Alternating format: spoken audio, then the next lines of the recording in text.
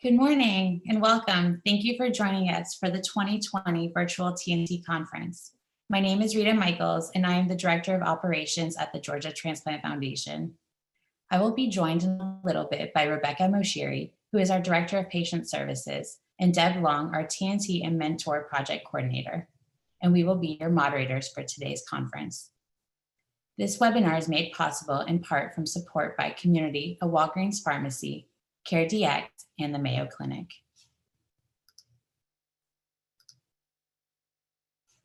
Today's TNT will start with a quick GTF 101, and then we will have speakers share their unique transplant stories and journeys that led them to be the faces of hope and encouragement for so many.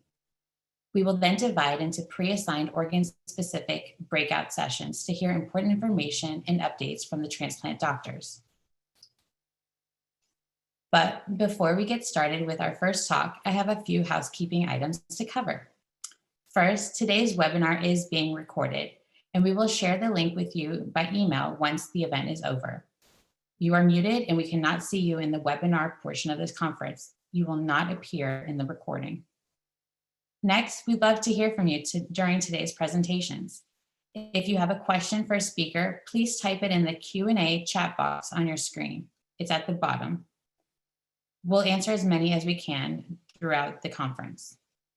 I want to remind everyone that the information you will hear today from the first 4 speakers is based on personal experience.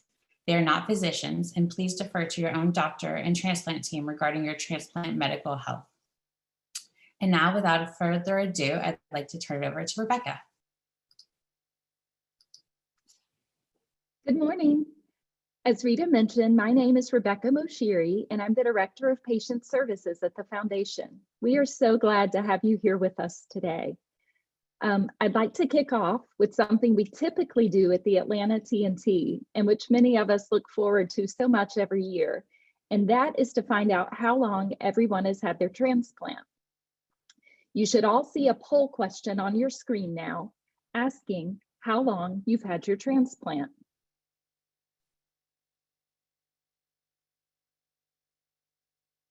Oh, it's so fun to see all the results pop up live.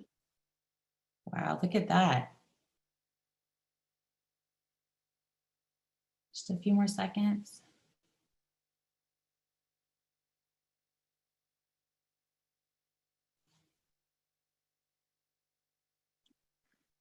This is so exciting, isn't it, Rita? It's amazing. Wow, we have somebody who's had their transplant over 27 years.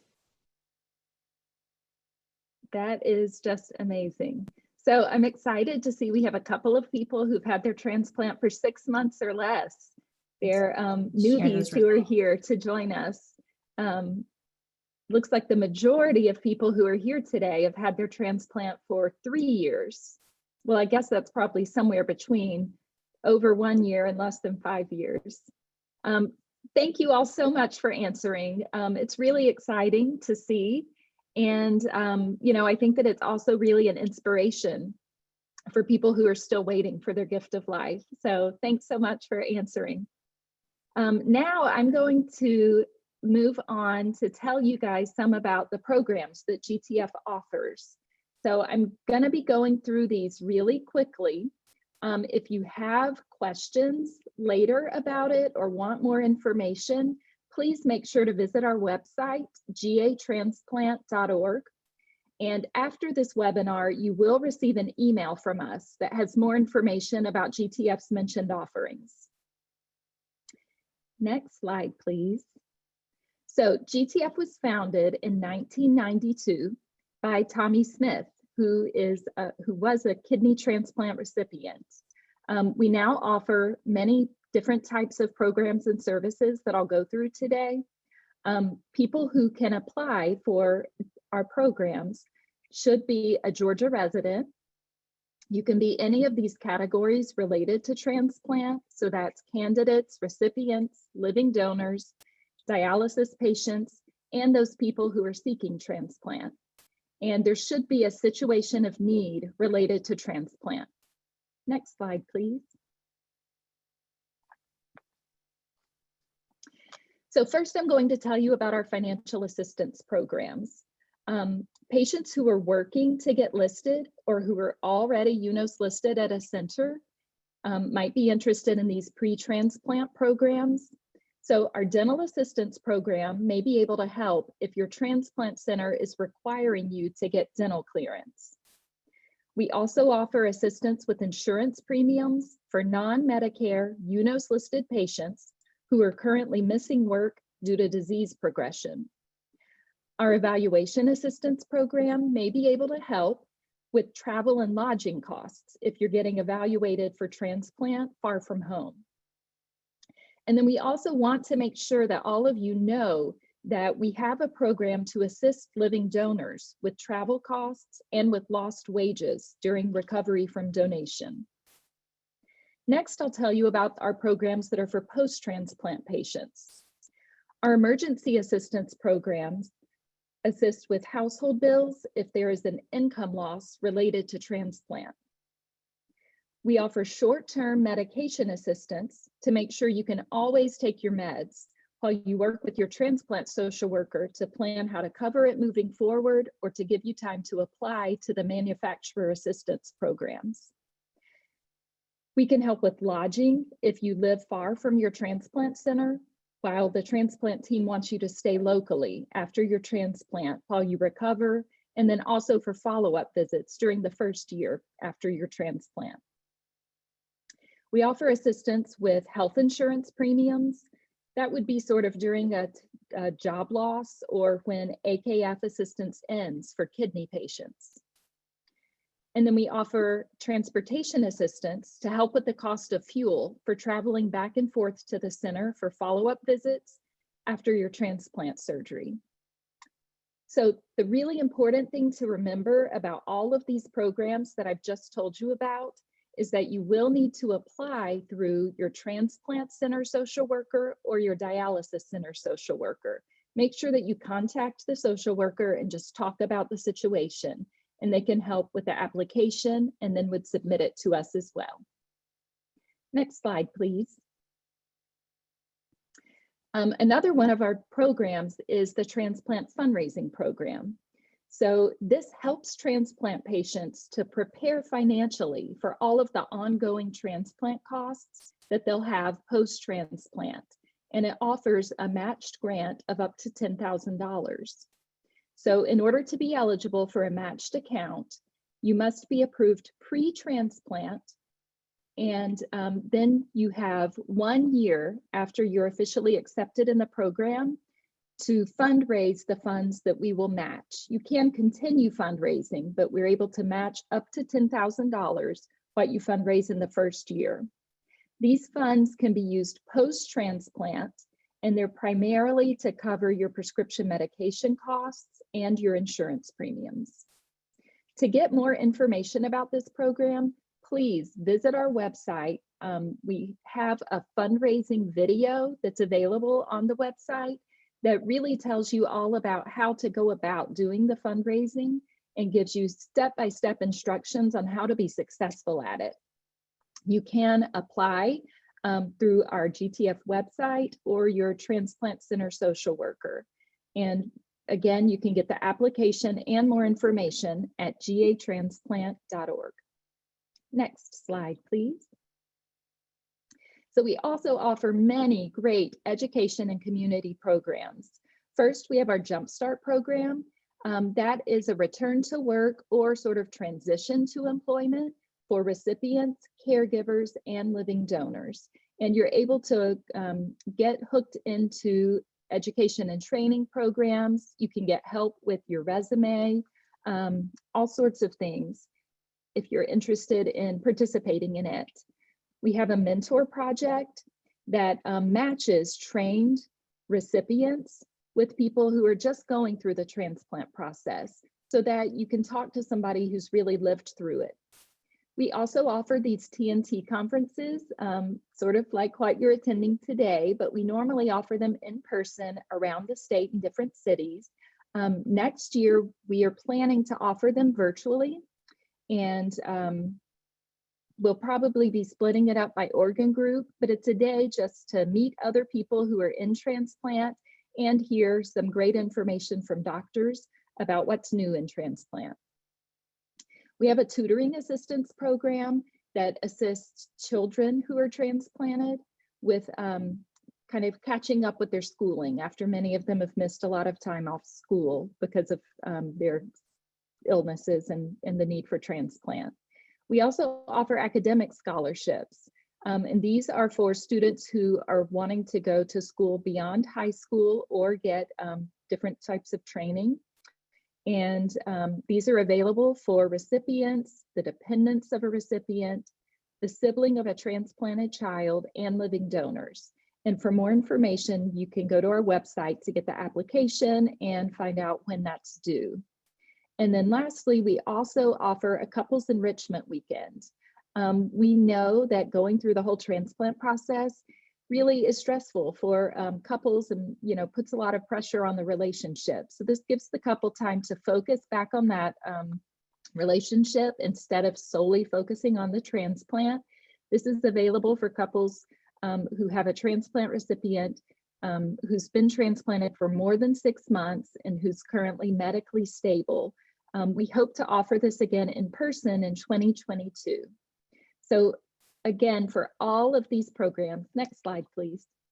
You can get a lot more information from our website, gatransplant.org. And another way that you can get information will be that after this webinar, we will send an email that has links and just more information about our programs. So at this time, I am going to hand over the floor to Chris Klug, who's going to start today's presentation. First, I want to introduce you to him. Chris Klug is a 3-time Olympic snowboarder and liver transplant recipient from Aspen, Colorado. In 1991, he was diagnosed with primary sclerosing cholangitis, for which the only cure is a liver transplant. Chris spent 6 years on the transplant wait list until he received his life-saving liver transplant in 2000. 18 months after his transplant surgery, Chris won a bronze medal in the 2002 Winter Olympic Games for snowboard racing, making him the first and only organ transplant recipient to compete in the Olympics, winter or summer. Chris, please take it away. Good morning, Rebecca. Thank you very much. Thanks to you and Rita for organizing this, and to the Georgia Transplant Foundation. I'm honored to join all of you this morning. Thanks for, it's a little earlier here in Aspen, Colorado than it is in Georgia, but thanks everyone for getting together this morning on a Saturday morning. And I know all of you are taking a break from vote counting, so I appreciate you taking a break and getting together. I think that's great. I know that in speaking with Rebecca and Rita just before this, I understand it's about 70 degrees there. We're expecting snow in the Rocky Mountains this weekend, so it's a little different weather program here these days. I'm going to warn you, I am a little more casual this morning. I'm not wearing socks. I hope that's okay with everybody. This is a casual Saturday morning conversation. I enjoyed the survey there on how many years we've all been transplanted, and I proudly celebrated 20 years since my life-saving liver transplant on July 28th. I call it my liver anniversary, and proud to still be here and healthier and stronger than ever. And I want to talk about that now. For 20 years, I was on the Snowboard World Cup circuit and got to represent our country in 3 Winter Olympic Games. I strive for high performance on my snowboard for 20 plus years. And now I'm retired. I retired after the 2010 Olympics, after finishing in 7th place at the Vancouver 2010 Olympics, and still want to live a high performance lifestyle. And for me, high performance entailed really a commitment to being the very best, overcoming adversity and challenges to achieve your goal. Another thing that's a part of a high performance lifestyle for me is the importance of teamwork and working together, surrounding yourself with a great team. And lastly, giving back to make your community, to make your workplace, to make those around you better. So keep those things in mind as I share my story, and we all strive for achieving a higher performance lifestyle. I want to share my story for a little bit, and then I've got a couple lessons to wrap it up. But it's been an amazing ride. I absolutely love sharing it. And again, thanks for the opportunity to share it with all of you this morning. I've been snowboarding my whole life. I was an avid skateboarder as a kid. As a young skateboarder, any opportunity I saw to create ramps or go skateboard, abandon aqueducts or empty swimming pools, that was my childhood. So when I saw the first snowboards, I said, that's skateboarding on snow. I've got to try it. I was immediately hooked. But I started snowboarding 30 plus years ago. I'm dating myself a little bit. But back then it was glorified shaped pieces of plywood, a rope that went from the nose of the board to your front hand, and moon boots and lots of duct tape. So that was the latest technology. And when I see the X Games in my hometown of Aspen, Colorado, and I see a 22-foot perfectly cut half pipe and the level of riding we're now seeing at the Olympics and at the X Games, I think, oh my God, look how far our sport has come. I always knew that it was going to explode. I just didn't realize the tricks and the feats that riders would be doing. It's incredible. But I really just fell in love with the sport. It's all I wanted to do. And I grew up snowboarding on Mount Bachelor in Bend, Oregon. And every chance I had, I was out there riding my snowboard. When the first competition started to pop up, I thought, hey, I should try my hand. I got into this as early as anybody, and let's see how it goes. And I met with some early success, but most importantly, I had fun and I wanted more, and worked my way up the ranks, qualified as the first ever US Olympic snowboarder in the 1998 Olympics in Nagano, Japan. And I'll tell you, that was an amazing experience. I felt like I was at the Super Bowl of winter sports. This was a different level. You weren't just representing your sponsors and your family, you were representing your country. And I'll never forget walking into that first opening ceremonies in Nagano, Japan, next to my coach, Rob Roy, and my teammates, thinking, wow, look how far our sport has come. I was so proud to be there. And as I said, representing our country in snowboarding's first ever Olympics in '98. I was off to a great start in the first run. I competed in the racing event in snowboarding in '98. I was in the silver medal position after the first run and headed back up to the top of the course to take a second run. And I knew that in life, in snowboard racing, you don't win gold medals by hesitating and being careful. And I pulled out of the starting gate on the second run with my foot on the gas pedal. Had a great start. I was in the gold medal position and navigating the course down to the bottom. There was one big steep breakover as you head for the finish line. You can see the crowd at the bottom of Mount Yakibatai in Shigakogen, Japan. 10,000 people at the bottom of the race hill for the first ever snowboarding Olympic race. And I was having a great race. I knew I was carrying great speed. I could move from silver up to gold. So I said, I'm going to attack these last 8-10 gates. I'm going to win this Olympic medal right here. And I dove into the first gate, and I could feel I was carrying great speed. I was on my way to achieving that goal. The second gate, I rode a little bit too aggressive of a line, too aggressive of a turn. My hand got caught in the flag that we navigate around, and sort of spun me sideways. I lost my speed, and I could tell that wasn't ideal. That wasn't in the game plan, but I got back on track, and I navigated the last few gates and reached for the finish line, trying to trip that timing wand and stop the clock. Came to the finish in the bottom of Mount Yakibatai and took a deep breath. I thought, man, I hope that's enough. I looked up at the scoreboard to my right, and it said Chris Klug, 6th place. And I was devastated. I couldn't believe that I was that close to winning an Olympic medal, and I just came up short. I recognized that was probably one of those opportunities that I may never get again in my lifetime. So I unclicked out of my bindings and stomped towards the finish corral, uttering a few 4-letter words, maybe under my breath. And I was devastated. But I looked at the crowd, and they were elated. They were celebrating, and the Japanese and international snowboarding fans were doing the wave from one side of the stadium to the other and back again. And I thought, wow, look at this energy. I know this wasn't my day, but this is really cool. I vowed right then and there. I said, I'm going to come back in 4 years. I'm going to win an Olympic medal in Salt Lake City in 2002. I knew that Salt Lake City had purchased, or excuse me, I should say, had been awarded the 2002 Olympics. And I said, I'm going to come back. I'm going to get the job done. Very few people knew that in 1998, I was actually on a transplant waiting list. I was diagnosed through a routine physical with PSC, as Rebecca mentioned in the intro. And I was diagnosed in a routine physical, and it took us about a year and a half of getting poked and prodded and ERCPs and all sorts of lab work. And finally, my local GI doc in Glenwood Springs, he said, I think you've got this deal called PSC. And I said, what, doc? What are you talking about? He said, I think this is what it is. You need to go down to Denver and meet with the liver disease specialists and the hepatologists. I said, okay, whatever. I went down to Denver, met with a guy, Dr. Gregory Everson, and he sat me down and we did another ERCP. We did a bunch more tests down there to verify. They confirmed I had PSC. And he sat me down and said, you've got PSC and someday you're going to need a liver transplant. And I'm a young professional athlete on top of my game. I felt like $1 million, totally asymptomatic. And I'm looking around the room saying, Doc, who are you talking to? You can't be talking to me. I feel like $1 million.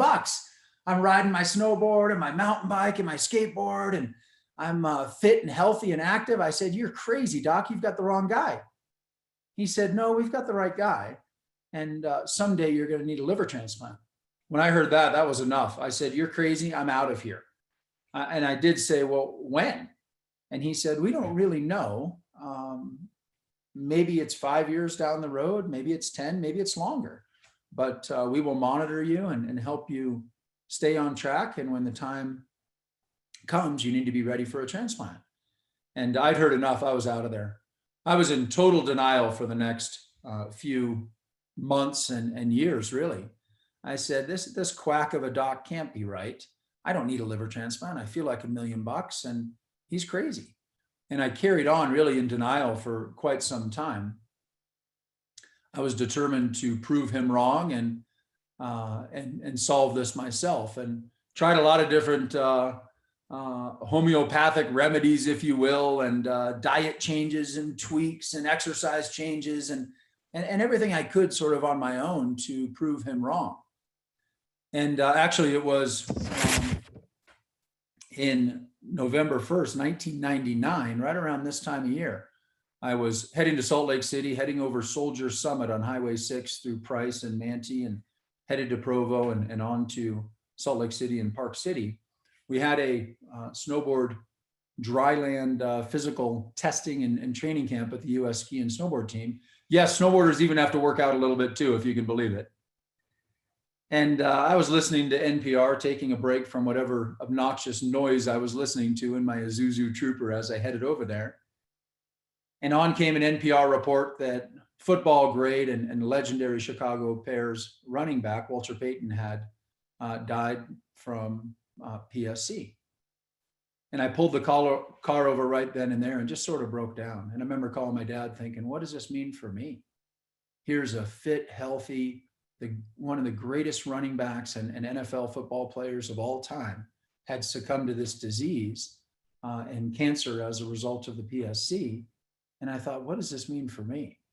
And that's when I, for the first time, got serious. And I said, okay, I'm going to take this serious. I'm going to work with Dr. Everson and the University of Colorado transplant team and hepatology and liver specialist team. And we're going to solve this together. And they really kept me healthy, kept me on track, and able to continue snowboarding and doing what I love to do. In the spring of 2000, I won another national championship, was having a great winter season. One of my favorite things in the springtime to do is trade my snowboards in for a surfboard and head to warmer climates. When you're on snow training and in cold winter environments, 150 plus days a year, you're ready to hit the beach after that in the springtime. And that's what I was ready to do. I was in Southern California, getting ready to head on a little surf safari with some of my snowboarding teammates. And I just didn't feel great. Felt like sort of flu-like symptoms and kind of run down, and felt like I just picked up some kind of crud. And middle of the night, one night in LA, we're getting ready to go to Hawaii in a couple of days. And as I said, I just wasn't right. And I was sort of in tune with my body. I'd always learned as an athlete to listen to my body and be in touch with what's going on. And I was sort of running a little bit of a fever and not feeling great. And middle of the night, it felt like somebody stabbed me in the lower right-hand side. And as I said, I was in denial for a lot of years about my liver transplant, the need for one eventually, and the whole process. But I did know that my liver was somewhere down there on the lower right-hand side below my lowest rib, and a stabbing sensation in that area was probably not a great sign. So needless to say, instead of going to Hawaii, I returned to Denver, met with the transplant docs, and they confirmed, in fact, through another ERCP, the Roto-Rooter treatment, as I call it, they confirmed, in fact, that the small bile ducts were becoming so scarred up and starting to close. It was time to get serious about a liver transplant. I had been on the transplant waiting list for some time now, and this was prior to the MELD system back in 99 and 2000.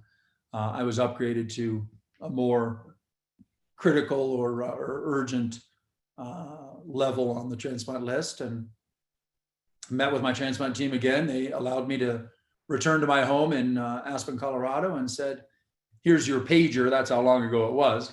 And I know only docs and transplant coordinators use pagers today, but back then they gave me a pager and said, head back home to Aspen. That's okay. You're 3.5, 4 hours away. That's about at the limit. And get ready for this transplant. And that's really when I began my training in my race for my life.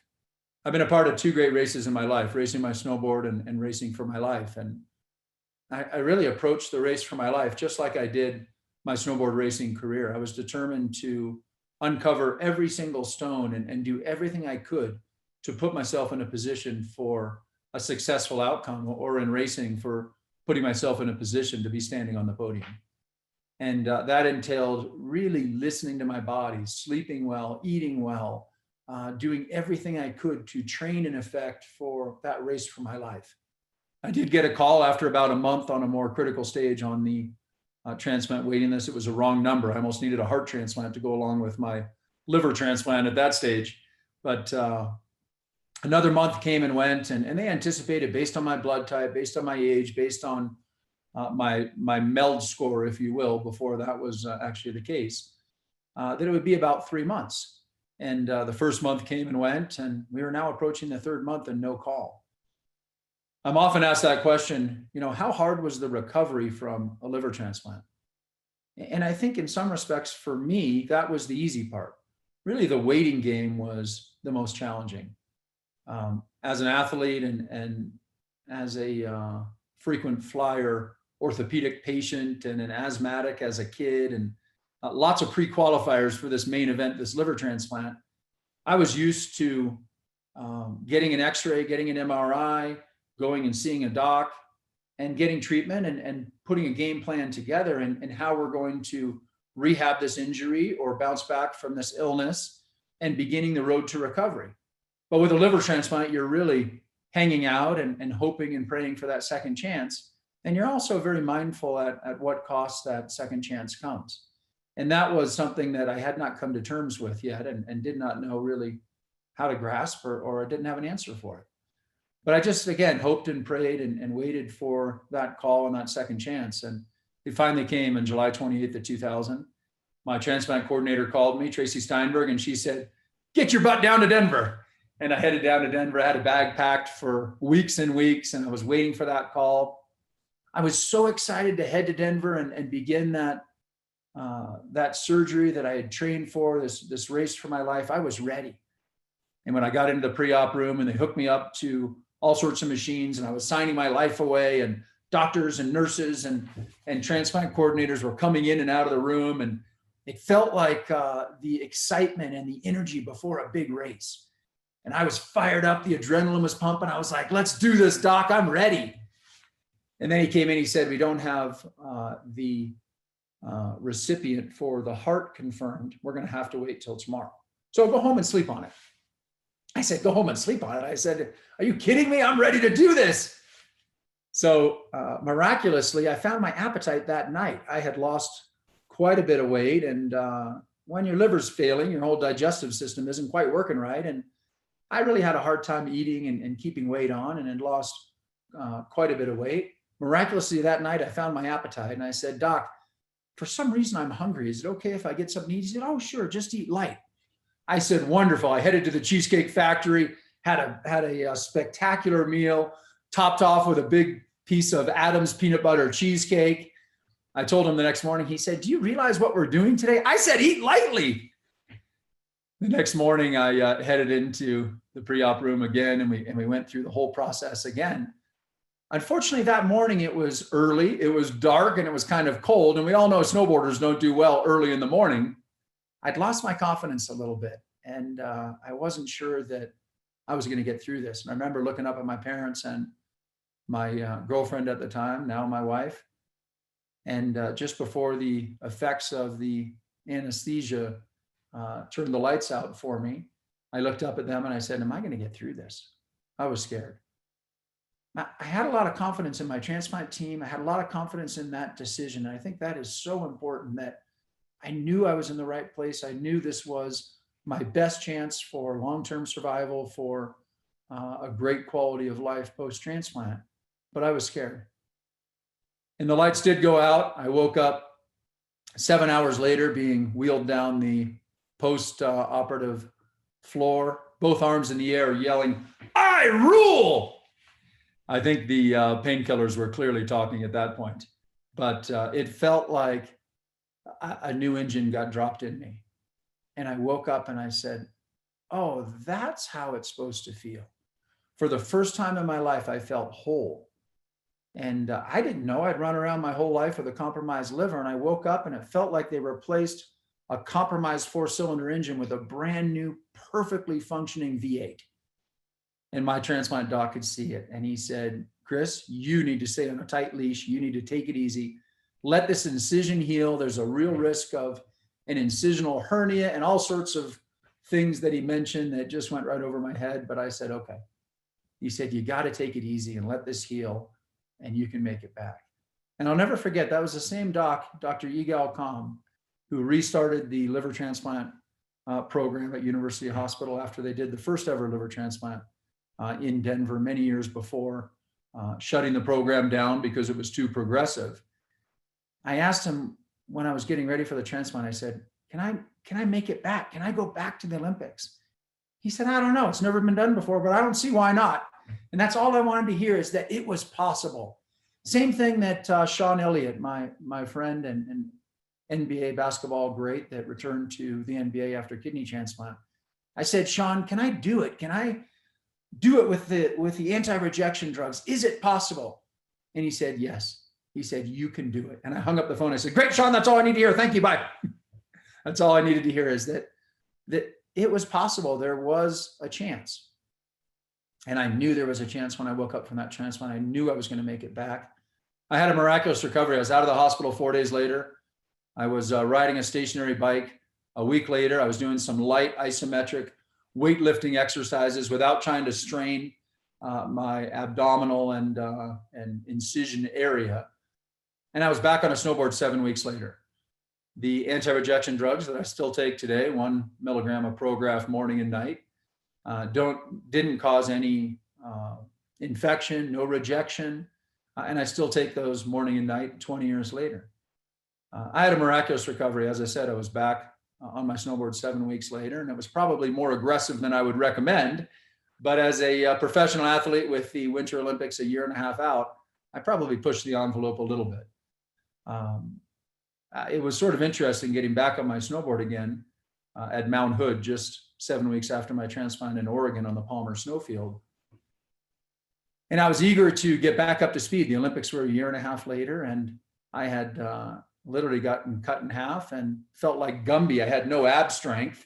And as a skier or a boarder, your core is your foundation of balance and motor skill ability. And I got cut in half and really lost that core strength.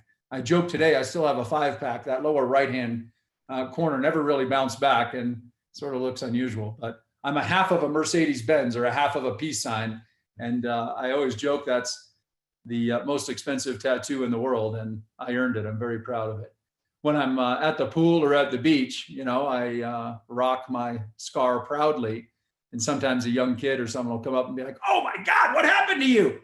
I said, "Great white took a big bite out of the middle of me." I said, "But I'm lucky to be here." And they often say, "Wow, you're lucky." I say, "Well, you're right. I am lucky to still be here." So kind of a fun story to share. And then I do proudly share how I really got that scar and what that's all about. A year and a half after receiving my liver transplant, I was back in my second Winter Olympic Games in Salt Lake City.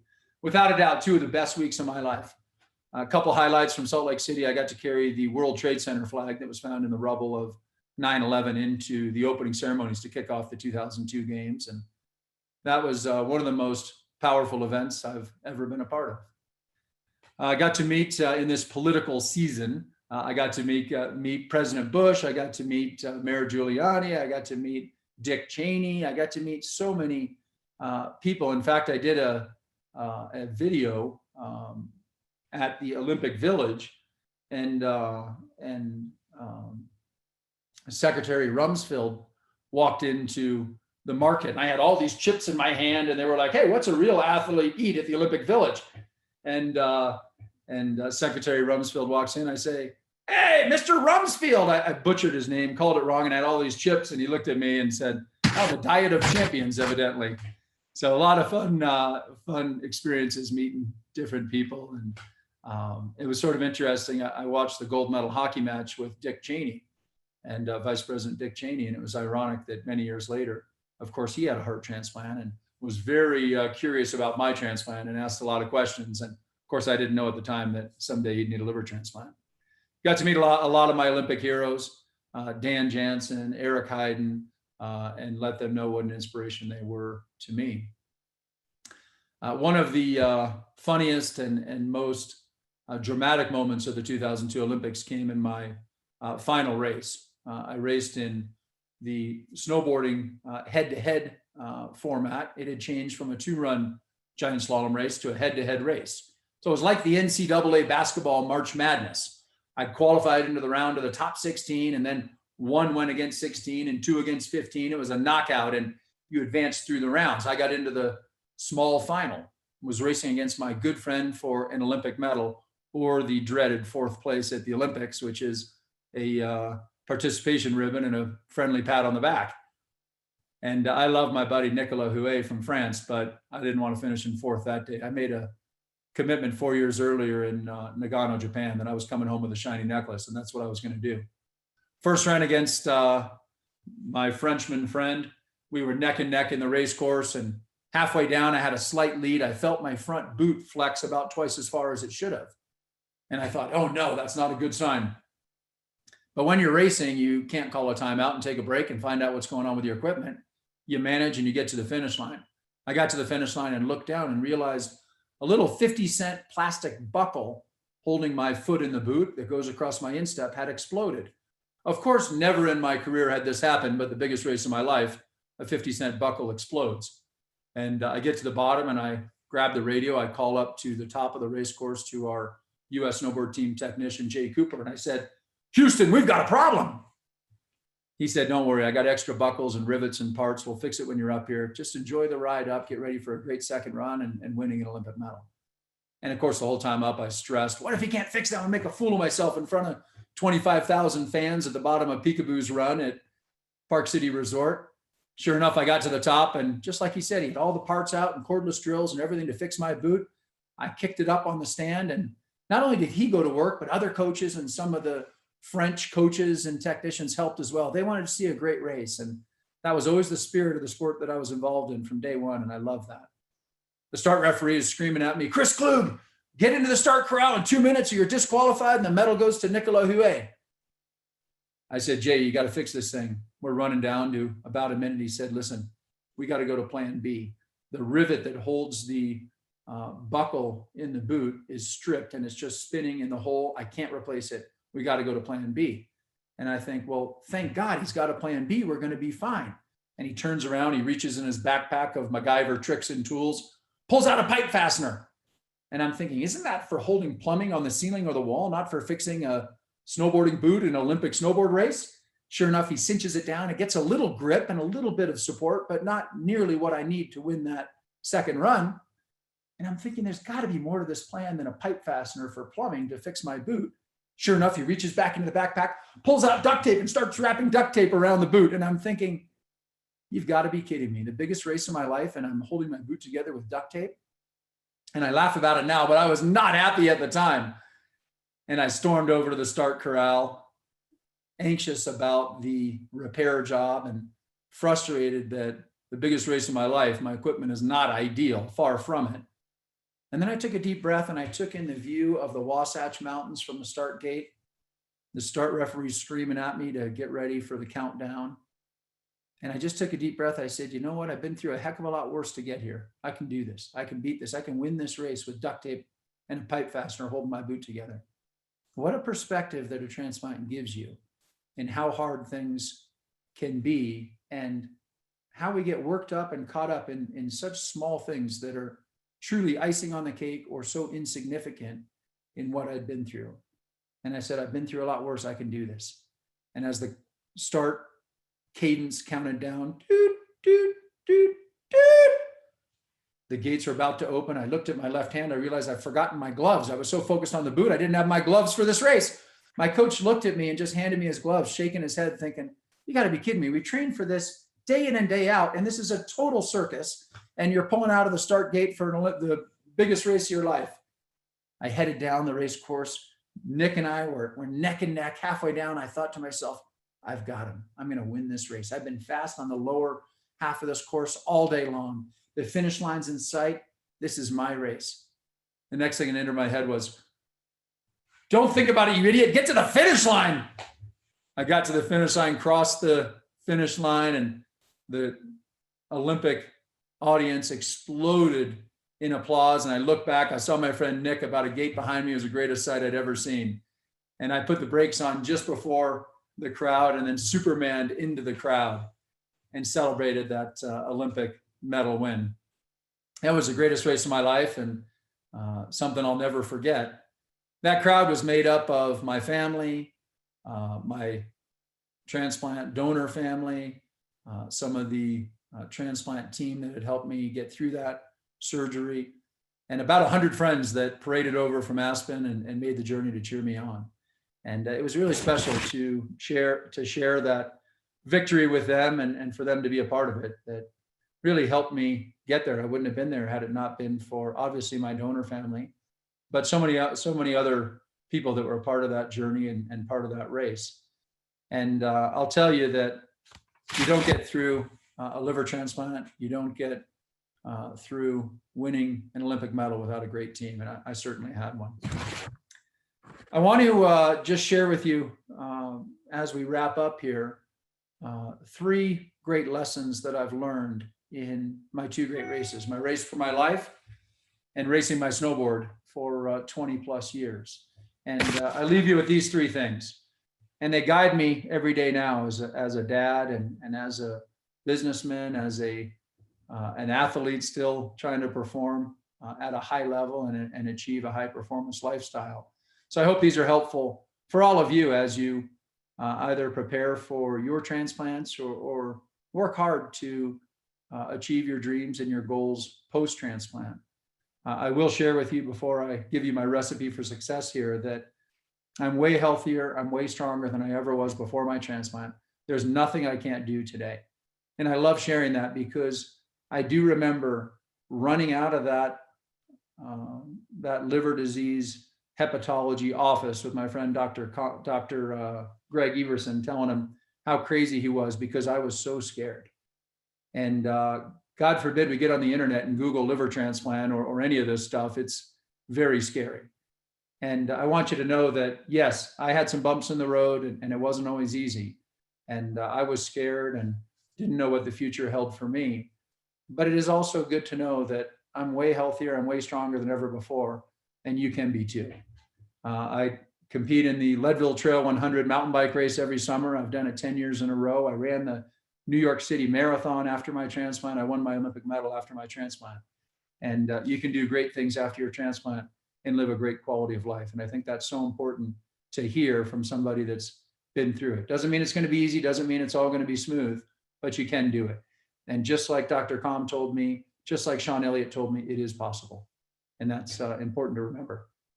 So here are my 3 lessons I leave you with. The first one is the famous Marine motto of adapting and overcoming. When you're in the biggest race of your life and your boot fails, grab the duct tape, do whatever you have to do, dig your heels in, persevere. As Winston Churchill says, never, never, never quit. And there was lots of times when I thought that call would never come. I'm giving up. I'm giving up hope. I never did. There's a lot of races where, just like in '98 in Nagano, Japan, I kept fighting. I kept reaching for that finish line, knowing that the best on that day was 6th place. Never give up. Adapt and overcome. Grab the duct tape if you have to. Do whatever it takes. The second piece of advice is some of the best coaching advice I ever got in my career. I was at the US Open in Stratton Mountain, Vermont. Legendary East Coast, New England boilerplate ice. I was a kid from Colorado, used to riding soft powder snow. I was out of my element, didn't know how to navigate those conditions. It was so slippery and so icy. I said, Dad, I can't buy a turn. And my dad going up the chairlift was my coach, my fan, my everything when I was a kid. We were there at the US Open together, and he said, Chris, plan your race, race your plan. I said, Dad, I don't know what in the hell you're talking about. That sounds nutty to me, but whatever. And years later, I realized it was the best coaching advice I'd ever gotten. Plan your race, race your plan. And you're all thinking, oh, he's talking about the cliche of visualization in sports. Yes, I am. But I'm talking about you've got to see it to make it happen. You've got to believe it to make it happen. And it's not just sports, it's life. It's everything that I've achieved that's been great in my life. I've seen it before it happened. I've visualized it in detail. I've been to in that racing starting line. I've been in that starting gate before I ever was actually. And I remember I was on the transplant recovery floor, 7 West at the old University Hospital, laying in the bed, tubes and catheters and machines all aglow, and I was plugged into everything. And I laid there and I visualized myself riding on Mount Hood in the Palmer snowfield, making big, beautiful turns again. And 7 weeks later, I was there. I visualized myself winning my Olympic medal, and I was on the podium celebrating with a bronze medal around my neck. And anything I've ever achieved great, I saw it before it happened. You got to believe it to make it happen. You got to see it to make it happen. That it works for a transplant, it works for an Olympic medal. The last one I leave you with, and we talked about this, is none of us succeed alone. And I always felt like when I was racing that there was a great team riding with me. I always had this image of my family, my coaches, my duct tape specialists, everybody riding down the hill on my back, this giant Grapes of Wrath caravan riding down the course. And I will tell you, as I said before, you don't win an Olympic medal without a great team. You don't get through a liver transplant without a great team. I've had a great team, and I know you guys are in good hands. Georgia Transplant Foundation is doing great things, and you've got great medical professionals there, great docs. I've visited your transplant centers and hospitals. I've spoken to your teams, and you're in good hands with some of the very best in the world. So just remember, it's having a great team around you, seeing it to make it happen, adapting and overcoming. Those are my 3 lessons in my race for my life and racing my snowboard for 20 plus years. God bless all of you. Stay healthy, stay safe. Thank you for allowing me on this Saturday morning to share my story and some of the lessons I've learned in my 2 great races with all of you. Thank you very much, and best of luck. Chris, thank you so much for sharing your story. You're welcome. Thank you, Rebecca, and thanks to Rita, to both of you for, again, including me this morning. Absolutely. We're so happy to. I do want to remind everybody, if you have questions, you can put those in the Q&A section down at the bottom of your screen. If you have any questions for Chris. Chris, I wanted to ask you about, don't you now have a foundation? I do, the Chris Klug Foundation. Thank you very much for asking. That's kind of you. I started it in 2002, quite a few years ago, and really with the mission of promoting life-saving organ and tissue donation and help inspire those that are touched by transplantation. And it's been a lot of fun. You know, I started it with $3,000 out of my pocket almost 20 years ago, and it's grown into a nationwide foundation that really has helped get the word out about organ and tissue donation. And I know helped a lot of people that are going through the same thing I did 20 years ago. And very proud of CC Cunningham, our program director, Lauren Pierce, our executive director, and our whole board and all of our volunteer team and the work that they're doing. And it's all a volunteer effort on my part and that of our board, but it's been a lot of fun and enabled me to do a lot of things like we're doing this morning, meet a lot of friends in the transplant community all across our country. That's amazing. Thanks so much for telling us about it. Thank you. I also want to let everyone know that when we send out the email after this webinar, it will also include a link to Chris's book. Do you want to, I'm not sure that everybody knows that you did write a book. Do you want to tell everyone about it real quick as well? Yeah, you bet. Thanks for asking. I wrote a book that chronicles really my transplant journey. And as I shared with you, some of my snowboarding stories and some of the early history of my snowboarding career and a lot of the characters that I met, some very, very fun and inspiring and funny people. And that's called To the Edge and Back.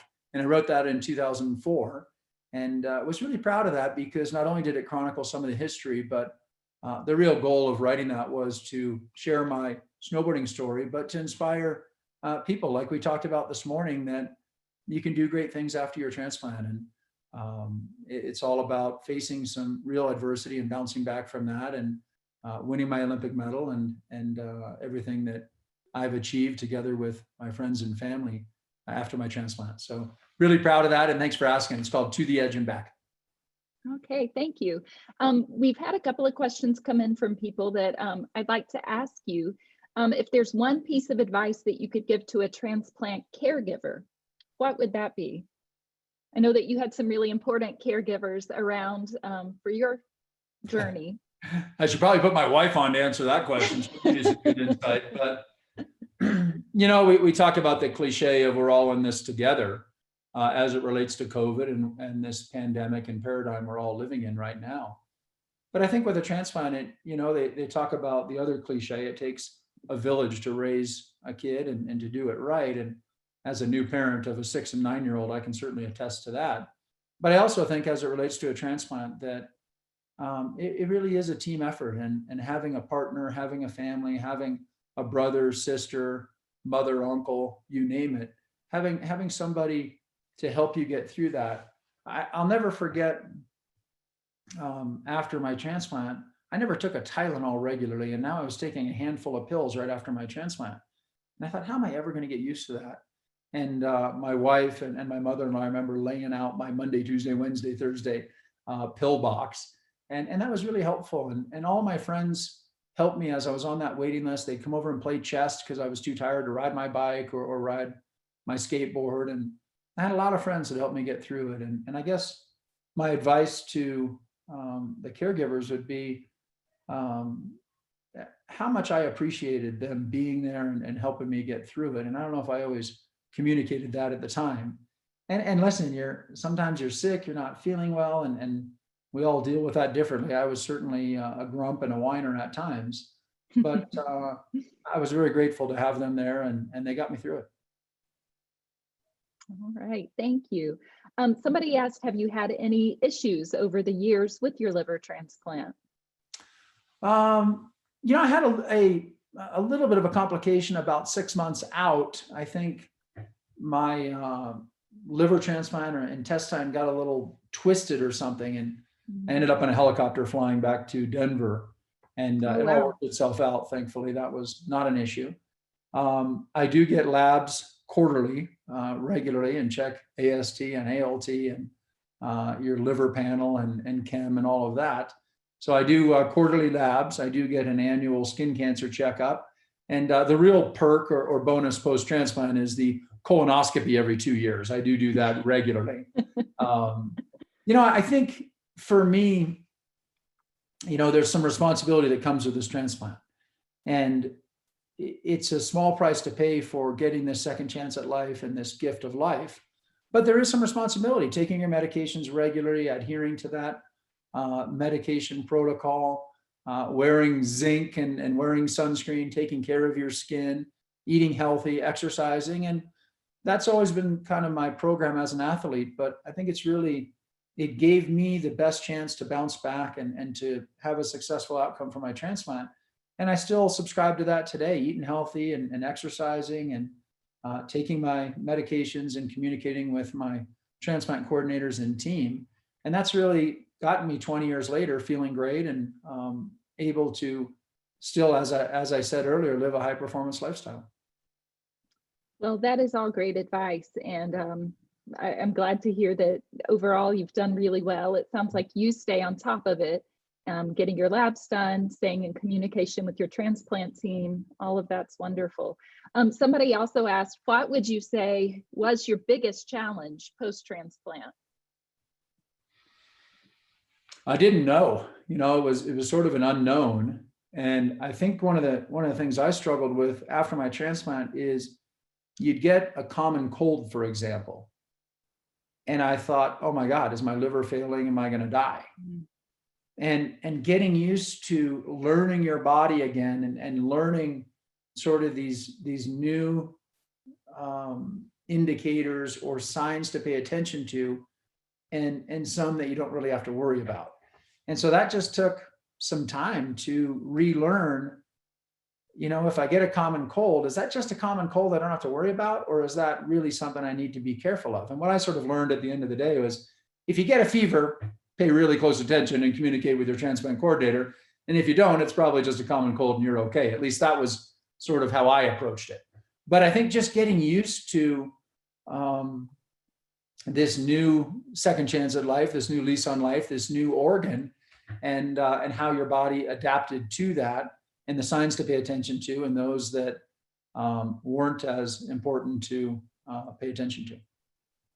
Sure, that makes complete sense. Just figuring it all out, I guess, was the challenge. Right, absolutely. It's a whole new journey once you get the transplant. Well, we just want to thank you so much for your time today, and your story is so inspiring. And I know everybody here, even though you can't see them, has really enjoyed hearing it. There are lots of comments in the chat, and we'll make sure to try to get those to you so that you can see some of the things that people have had to say. And, thank you very much. We just I appreciate you so much, and hope you have a great day and enjoy the cooler weather and the possibility of snow there. I'm going headed camping with my kids this morning to ride mountain bikes, and we may very well be riding mountain bikes in snow. We'll see. But that's one last thing I leave you with, is the ripple effect. I've got two beautiful kids and a wife, and I'm here today because of the heroic and selfless decision of another. And my kids are too. And that's the ripple effect of organ donation. And together we're going to eliminate that weight. We are going to ensure that every single person that needs a transplant is going to get one. And that's my life's mission, and I'm not giving up until we achieve that. So thank you very much again for letting me be a part of this. I will say that I miss my friends with what's going on in the world, and I look forward to seeing you all in person, hopefully in the years ahead. We do too. Thanks so much, and have fun camping. Thank you very much. Bye-bye. See you. All right. So now, after hearing from Chris, he went to so many exotic places for his snowboarding career.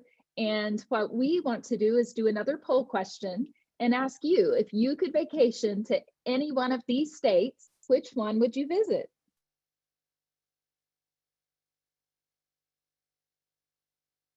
It's so fun to see the numbers kind of switch and move. All right, so it looks like a lot of people would go to Hawaii. I am so with you. I've never been there, and that would be gorgeous. Next is Alaska, which agreed. I would also love to go there. California and Florida are just about even, and Colorado. All nice choices, I would say, and we can all look forward to that again in the future. Let's hope that that happens sooner rather than later. So next we have speaker Dawn Daniels Muhammad. She's a living kidney donor and mentor for the Mentor Project of GTF. On August 31st, 2018, Dawn donated one of her kidneys to her father, Lucius, after his diagnosis with stage 4 kidney failure and 2.5 years on dialysis. Dawn's journey to become a living donor took love and sacrifice, and we're honored she's here today to share her story as a face of hope for those considering living donation. Dawn? Thank you, Rebecca. You're so welcome. Appreciate that. Greetings of peace and blessings to everyone. My name is Dawn Daniels Muhammad. Chris, I too can bear witness to having that little peace sign 5-pack and and having the most important scar that I'll ever have. I'm honored and humbled to know that the Georgia Transplant Foundation asked me to speak with you today as one of the faces of hope. And before I begin speaking on my journey, I would like to share a few pictures and a little story about my dad and I, just through a little video. So if you hold on one second, I'll get it started for you.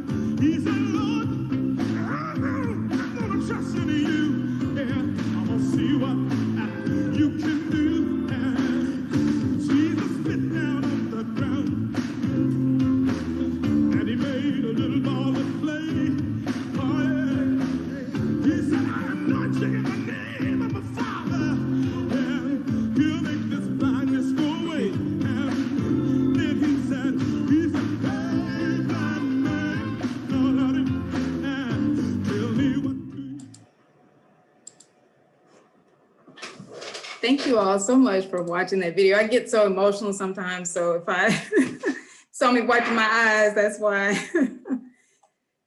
As a child living in my home state of South Carolina with my parents and my sister, I was fascinated with superhero shows. I mean, I watched Spider-Man, Superman, Batman, Robin, Catwoman, and everyone fought against difficulties to save lives. And to me, the reality of a superhero was someone like my dad. So in 2016, at the age of 71, my dad was diagnosed with stage 4 kidney failure. Imagine our surprise. I mean, knowing that my dad was no longer independent, he had gotten his insulin, his diabetes under control, he had his high blood pressure under control. It was a surprise to us. So my mom, my dad, my sister and I, we listened as the nephrologist told my dad that without a kidney transplant, he had little chance of survival. And it was at that moment that I thought about superheroes. and I thought about their superhero powers. And my superhero needed my help. Yes, he's a man of faith. My dad prays. He's very consistent and he's very faithful. And that transplant wait list was 8 years long. And with my dad's age, he would have been taken off of that transplant list pretty soon into his late 70s. So at that point, we knew we had to do something, and we had to turn that faith into work. So we had hope. And soon after that visit to the doctor, our family started looking into options to improve my dad's kidney situation. We researched, we reached out to family members and friends and church members, and we actually started building a website. And we used social media outlets and to convey our message of what my dad needed. And by the summer of 2016, my father's doctors told him that his kidney failure had worsened and that he needed to make some significant changes and immediate decisions regarding his health. In August 2016, my father began dialysis treatment, and it was the day before my son was scheduled to leave for college. So we both went with him to that dialysis treatment, and I watched my superhero, my father, walk into that room with all of those chairs laid out in the dialysis treatment area, and it was filled with patients. My face had become one of hope. At that point, I began doing research on what it took to be a living donor. And I have epilepsy. And as an epilepsy warrior, I didn't think I could do that. I didn't think I could qualify. I learned it was necessary for me to get my weight under control in order to be able to donate my kidney. I was a size 22, and I weighed 222 pounds. With the help of my awesome trainer, Tahara, I embarked upon a personal journey of eating to live and exercising. And on December 31st, 2016, I drank 8 large glasses of ginger ale. Count them with me. 1, 2, 3, 4, 5, 6, 7, 8. 8 large glasses of ginger ale. That was my staple drink. That was my love. But water became my replacement for that. And over the course of a year and a half, my family and friends watched my body transform. They watched me lose weight. And everyone knew that my desire was to lose weight, but they didn't really know why. That journey to losing weight was very personal for me. It was between me and God. If it didn't work, no one would know. I just lose weight. But if it worked and I was able to help save my father's life, and praise God. I prayed, I meditated daily. I cried when I saw the scale go up, and I cheered when I saw my BMI falling. By April of 2018, I had lost more than 60 pounds. I wasn't sure if that weight was enough. And one day while sitting in the car talking with my father, he said to me, Dawn, I've lived a good life. I was like, yeah, you have, Dad. He said, no, really, I've lived a good life. And he started telling me about how his body felt, being on dialysis and some of the medication he had to take. And he just didn't think that his body could continue to take the stress of the kidney failure anymore. And in my mind and in my head, I heard, it's time. It's time, just tell him. So I took a deep breath and I told my dad that I had a confession. I had been losing weight, not just for me, but for him. I shared with him that I wanted to be his living kidney donor, and he couldn't believe it. I told my dad there were a series of steps we needed to take, and in order to qualify, then to see if we were a perfect match. And to be honest, as any father would, my dad was very hesitant. I mean, here I am, his firstborn, his daughter. Did he really want me to go through giving up an organ for him? I had to help him understand that this was necessary, and I continued to hope. The first step of qualification was to have a series of blood pressure checks twice a day. I started, I stopped. I said, Dawn, are you really doing this? Okay, yeah, you're doing it. I started, I stopped. And as soon as I sent in my results to Piedmont Atlanta Transplant Center, I received a call a few days later that I passed, and I could move on to the next step, which was the blood type blood match test. All the while, my father had no clue, my family had no clue what was going on. I just told my dad, hey, look, you're gonna get a blood test kit in the mail, get it, Go to the hospital, take it, mail it back. What's this for, Dawn? Just do it. Please just do it. So after I sent the test kit back to Piedmont Fayette Hospital, they returned it overnight to Piedmont, Atlanta, and then I waited, and then I waited. And all the while, I did not really say much to my father about the testing, and still no one knew. And 2 weeks later, in mid-July, while sitting at my desk at work, I received a call from Leanne, my kidney donor coordinator. And she told me that I was a perfect match. So my excitement was real. I mean, I couldn't believe it. It was such a beautiful experience. It was a beautiful moment.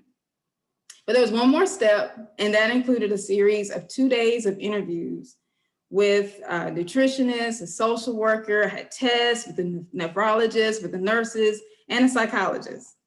And the following week, there was a team of transplant surgery specialists who would meet and determine if my dad and I were actually qualified to actually go through with the surgery. On August 1st, it was a Wednesday, I received a call from my donor nurse advocate, and she said we had been approved.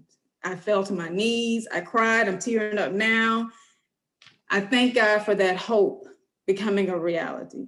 He allowed that desire, and he listened to my prayer, and it became a reality. And a few days later, after finding the perfect card and writing a heartfelt poem, I called the family together and I shared with them the secret of losing weight was to qualify as a living kidney donor for my father. There wasn't a dry eye in the room. I asked my dad when he wanted the surgery to take place. We had an open schedule in August, and he said immediately, let's do it. I didn't expect that. A few days later, my sister posted the wonderful news of the upcoming kidney transplant surgery on social media. My dad and I were contacted by hundreds of media outlets. I mean, the BBC, Good Morning America, Ellen DeGeneres, Fox 5 Atlanta, Today Show. It was amazing. And everyone wanted to share our story of hope and share our story of love and sacrifice. And it was good news. It was a good news story. On the morning of October 28th, 2018, my sister called me and she said excitedly, Dawn, do you know what today is? And I'm like, girl, no, I got a surgery in 3 days. That's all I know. She said, no, today is Daddy's last day of dialysis treatment. Whew. You are saving him from that. Thinking about that moment still brings tears to my eyes. I mean, recording that video of him walking out of the hospital was just a beautiful experience. That was it. That was it for him, for dialysis. After being on dialysis for 2.5 years, my dad had his last dialysis treatment. There will be no more 3.5 hours of dialysis treatments 2 days a week. Family vacations could be scheduled. Weariness after dialysis treatment would cease. And the moment would come where my dad could play with his grandchildren and play golf again. My hope, my faith, my prayers were being manifested through the reality of the kidney transplant. On the morning of October 31st, with my mom, sister, husband, children, nieces, nephews, aunts, uncles, friends, I think we had some strangers in the lobby, we arrived at Piedmont Atlanta Hospital. Everyone, we just took over the waiting room. Besides 2 natural births, I'd never had surgery. I didn't know anything. I didn't know what to expect. And the anesthesiologist had to calm me down, and they reassured me that everything would be well. And I remember getting a shot of a little happy juice. And I remember saying 10, 9, and I don't remember anything else. When I woke, the next person I saw was my mother. And the first question I asked was, where's my daddy? Where is he? What's going on? And she reassured me that he was fine. And over the next 3 days, my dad and I recuperated in the hospital together.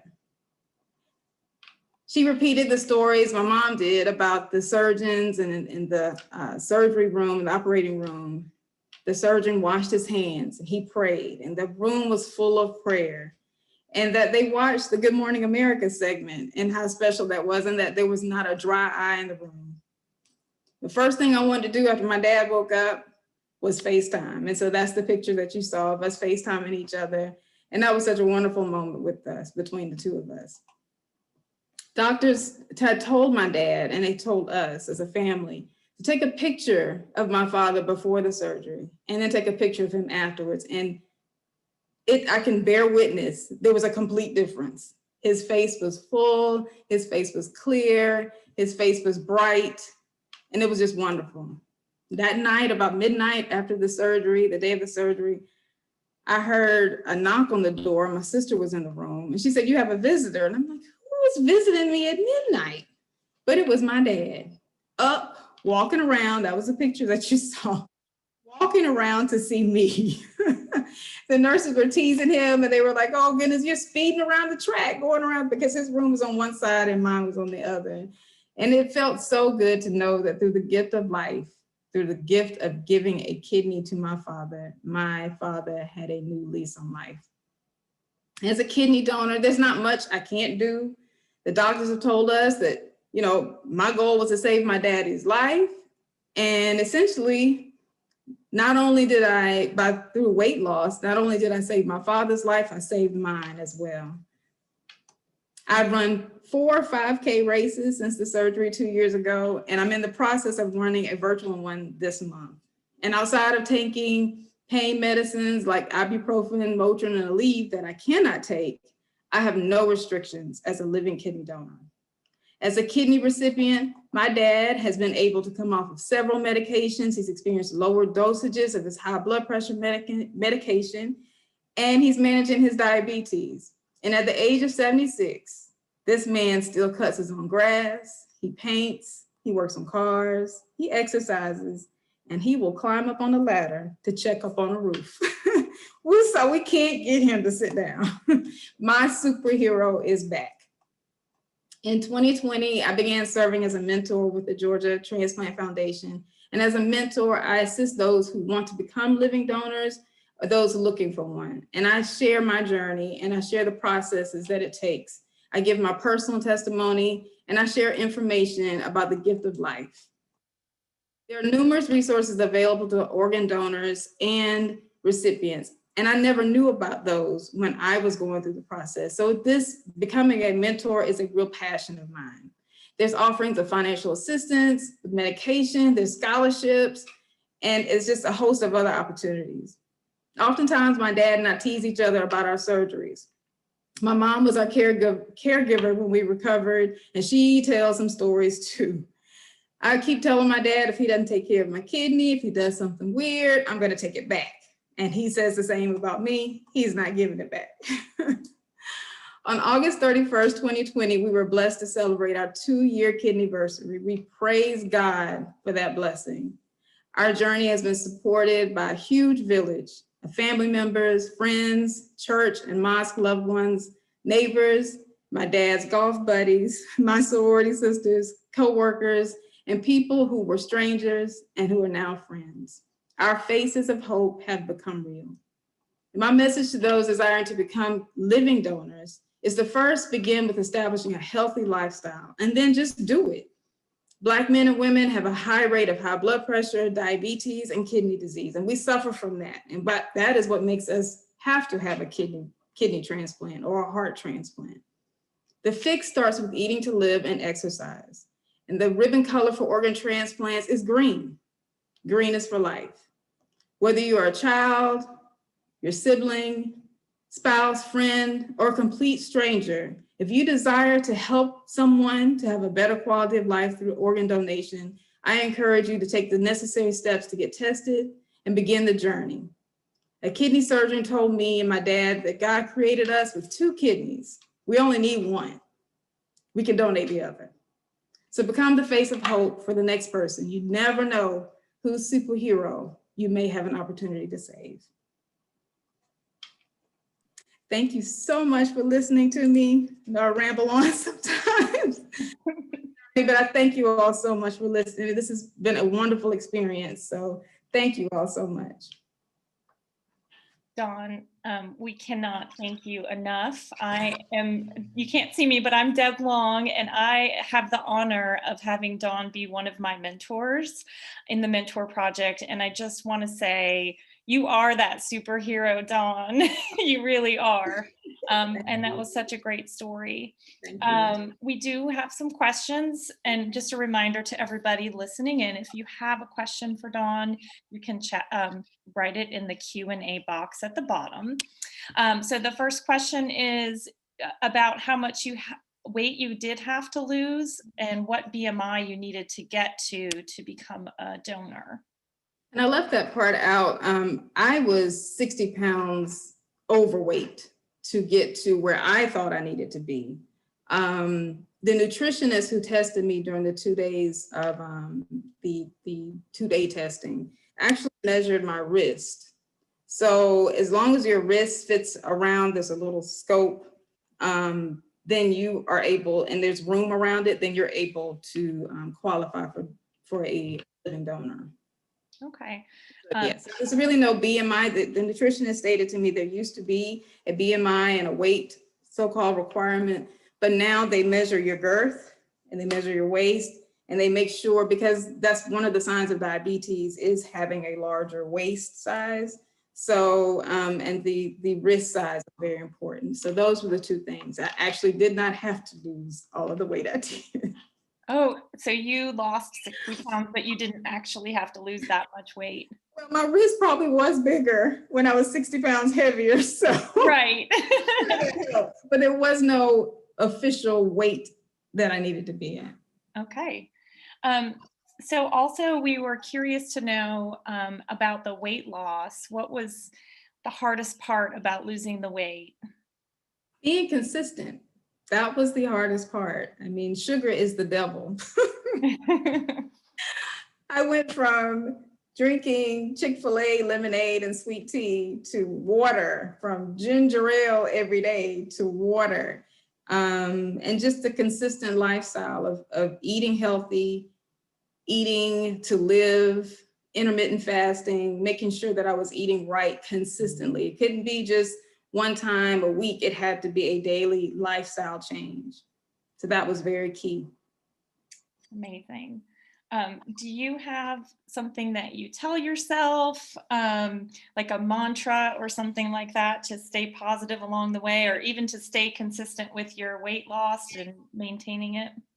Well, the first thing I do is tell myself, Dawn, I love you. I have to tell myself that I love you. I love you healthy. I love you strong. I love you at this good weight. And I love the things that you do. So those are the first things that I tell myself. But knowing where I was, knowing the clothes that I do not ever want to wear again, those are really, really important reasons to me as to why I don't want to go back to that type of lifestyle or that weight. Thank you so much, Dawn. We are going to move along now, and just thank you so much for your time this morning.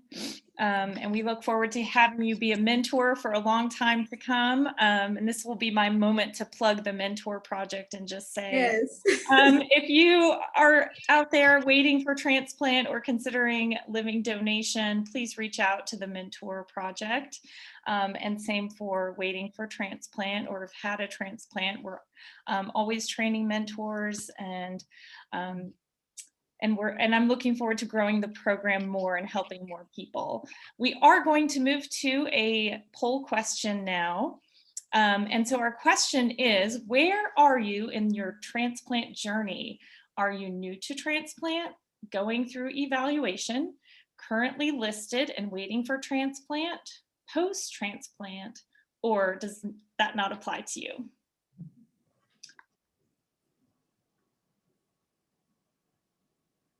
Wow, it looks like a lot of post-transplant attendees today.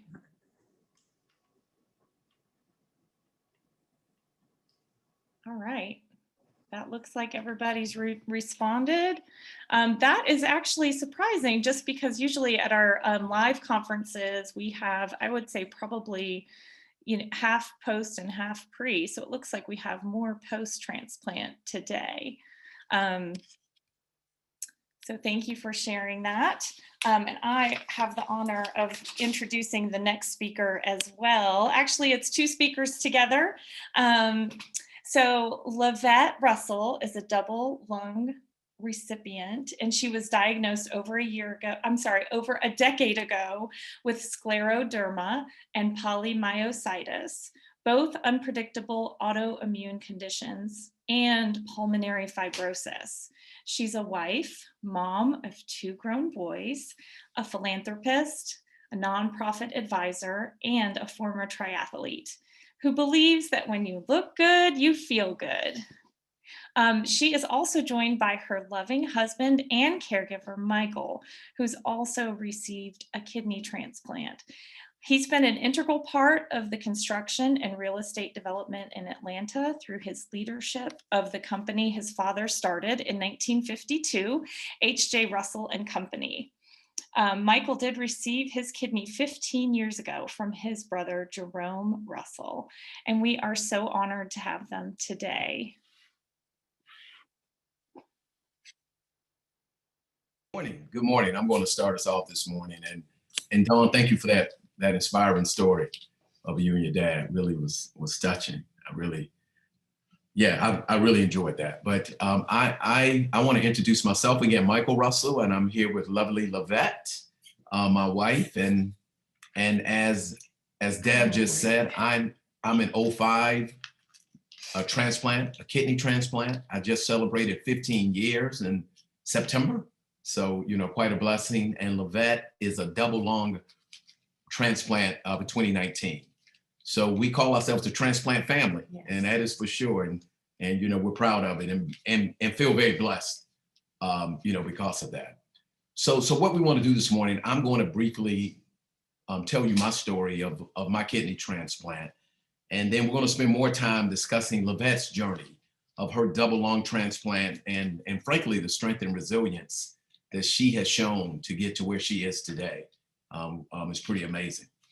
So my story, and when I was 28 or 29, I was really getting some insurance. What was doing an exam for an insurance, and my blood pressure was extremely high. Of course, young man like that, I was healthy, felt great. So that was a surprise, but it sent me to my doctor, and it ended up that I had high blood pressure and my kidney was damaged. We don't know exactly what caused what, but bottom line, from that time in 1989, 1988, I started a process of really, being on medication to control my blood pressure, and was able to do that successfully. But my nephrologist made it pretty clear, as time was going along, that I probably would need a kidney transplant at some point, given the damage that my kidney had. It was only operating at a certain percentage, and typically, he anticipated that percentage continuing to decrease. So really, between the late 90s, really it was the mid 90s, from the mid 90s to the end of 04, I was on medication. I was able to manage my blood pressure. I frankly felt fairly well. I mean, I really was not that compromised with what I did on a daily basis. So I was very blessed in that regard, but my kidney function was continuing to decline. And at the end of 04, my doctor said, hey, look, it's time for you to start, thinking about a kidney transplant. Because I was at that point of no return for all of us who have been with kidney damage. So we saw that, but unlike Don's father, and like most people, I never had to go on dialysis. I was really blessed. I was able to plan out the process of going through my transplant, which of course is brand new for all of us and something that's just very different. So I guess that's where I talk about some of the lessons learned that I went through. One is having an advocate, and you called me Deb, a caregiver, but really it was Lovette who was my advocate, who went out to my friends and family, explained what was going on, and really said, hey, are you willing to consider being a kidney donor to Michael? That's without her doing that, that's a very difficult conversation you have with family or friends. And I was so blessed to have her as my advocate. So I know many people don't have that, but I was blessed. And that's one of the things that as I reflect back on that period, well, I knew it at that time, but certainly I appreciate it even more now, having that caregiver or that advocate to really go out and talk to people was very important. And secondly, you know, I was blessed. I have a brother and a sister, and you know, they both were tested, and it turned out that my brother, as I think most of us know, family is an ideal candidate for a transplant. So for all, you know, various reasons, just but they're ideal. And fortunately, I mean, my brother was willing to be a donor, and once he made that decision, he and I were able to sit down with the nephrologist and the team at Emory. That's where I had my transplant, and really talk about the process and what it took and what was going to happen. And we frankly were able to kind of schedule it, which, you know, like Dawn said, I mean, you know, her dad was like, let's do it now. We were able to kind of look and say, well, let's do it. We ended up in September of 2005 being able to say, yeah, let's do this. And it was, I mean, the transplant itself went great. It's amazing. I think about 2005, just kind of a side note. You know, Dawn talked about the pictures in 2018, you know, so that was before iPhones, that was before all the technology. And it's funny, I was telling Lovette, I don't really have any pictures from that time. And it's interesting how with technology now, you know, you can capture those moments so much easier than you could back then. And we didn't, you know, nobody had I don't recall a camera or so forth, but it was a beautiful moment. And I'm very thankful, and everything went well. So my story is one of, I think, as ideal a transplant process as you could want. I mean, I again was able to plan it. I was able to you know, go through it. Again, it's been 15 years. You know, one of the blessings is that my brother and I, particularly, you know, those first 5 years after transplant, we were able to share our story with a lot of people, church groups, friend groups, people just calling, somebody having a dad who, you know, needed a transplant, and they were trying to understand how it worked. They wanted to understand what was life for the donor. Like Dawn said, I mean, her life has been great. You know, she can't take certain medications, but and that's the same thing with my brother. But he will say that it's been such a powerful opportunity for him to share, and we call it, of course, it is the gift of life, and his ability to share with so many other people about the process and help educate people about what it's about, and particularly in the Black community where there's still stigmas around transplants and how does that work. I mean, it has really been a blessing for he and I to be able to share our story and help people get more comfortable with accepting the gift of life, and then for those who are thinking about giving the gift of life. And so that has been a real blessing for us, and something that has really been inspiring. And we're so you know, I'm very thankful. Again, I celebrated 15 years in September. My last thing before I hand it to Lovette is a picture. We got together in October. My family, it was a bigger group. You know, we all have kids, but that's a picture of my brother there on the right, and my sister, and just thankful. And this was really to celebrate 15 years of my transplant.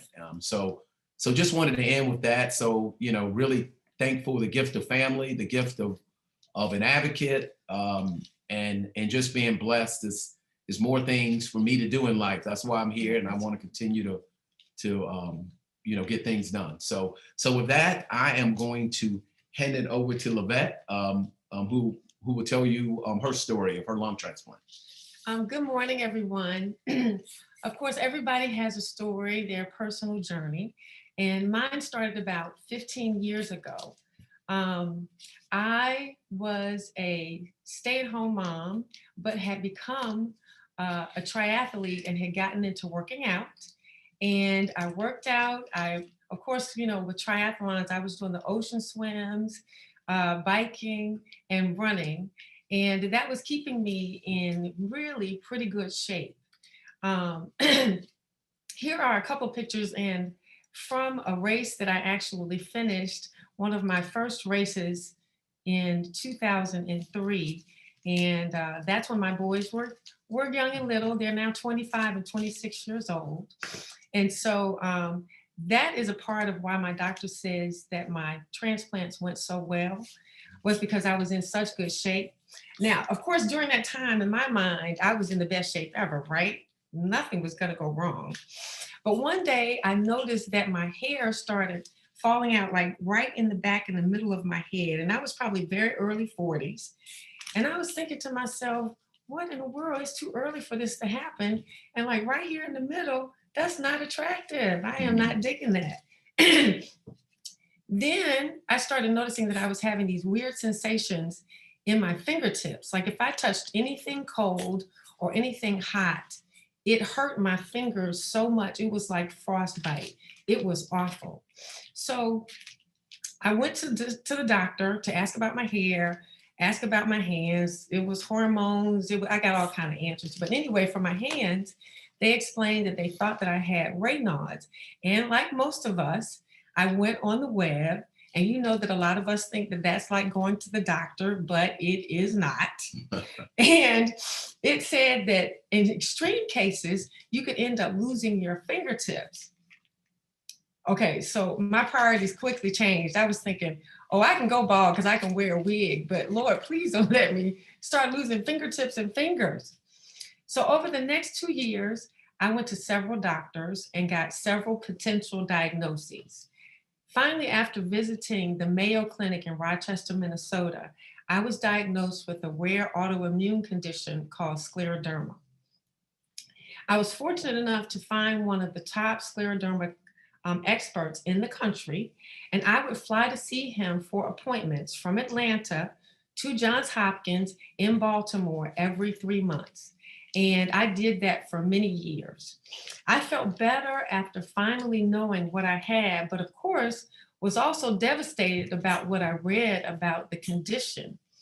Externally, it affects your skin. It makes it hard and feel leather-like, and it gets to be really dark. And that's in very specific places, like your hands, your forearms, your feet, your ankles.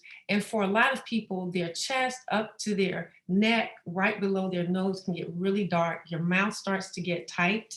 Your lips start to shrink, which has started to happen to me. So all of that I'm thinking about, because that's physical externally, but internally, it can start to affect your organs, and it can also attack your lungs, which then becomes life-threatening. At this point, I was still working out and was training for the Honolulu Marathon. Well, race day came, and honestly, I felt that the last couple of months prior to race day, my breathing was not quite right. After the race, I was diagnosed with pulmonary fibrosis, which explained my labored breathing. That's when, of course, it got real serious. I was thinking, okay, I can be bald and wear a wig. You can cut off all my fingertips and I'm still living, but I need my lungs to breathe. So my hair and my fingers were not the priority. My lungs became the priority. Over the next year, I quickly went from doing triathlons and marathons to just being able to walk and talk at the same time without getting breathless. My scleroderma doctor explained to me that I would need a lung transplant in about 10 years, which it was almost 10 years to the month. It was to the year. And that the best place, that one of the places that had the best outcomes for scleroderma patients was the University of California in San Francisco, better known as UCSF. Now, it took a minute for things to click in my head that meant I was going to have to move to San Francisco to live, to be on the wait list for matching lungs. In the meantime, back at home, I was seeing my rheumatologist regularly, my pulmonologist regularly.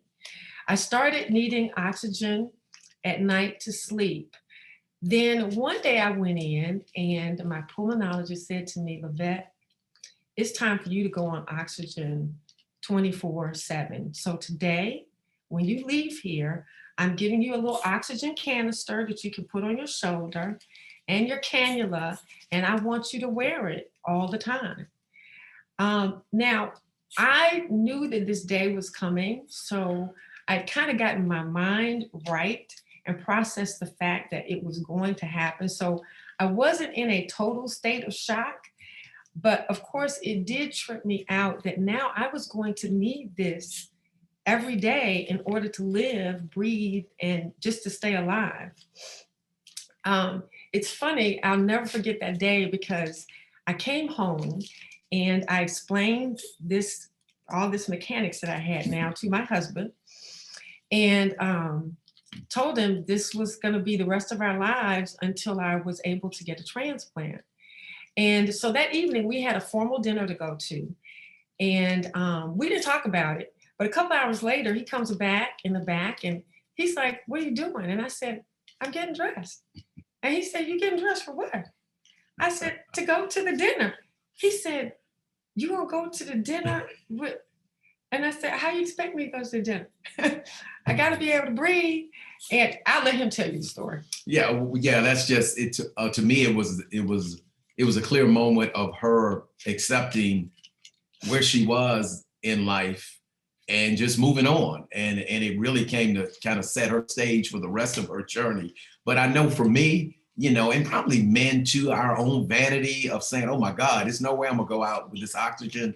And it just showed me, she just showed me so much resolve and so much just tenacity, just to say, I'm just gonna keep going on with life. So anyway, it was a moment I won't ever forget. But she was less pressed than I was. So just again, just was was a great moment. Right. And so here I am, ready for my evening to rock and roll with my cannula. And one of the other things that made it odd for me being out is that I was now wearing gloves every day, even in the summer, to keep my hands warm and circulation going to my fingertips. So I clearly stood out in a room because I had gloves on, a tank, and cannula. So it made for an interesting evening all of the time.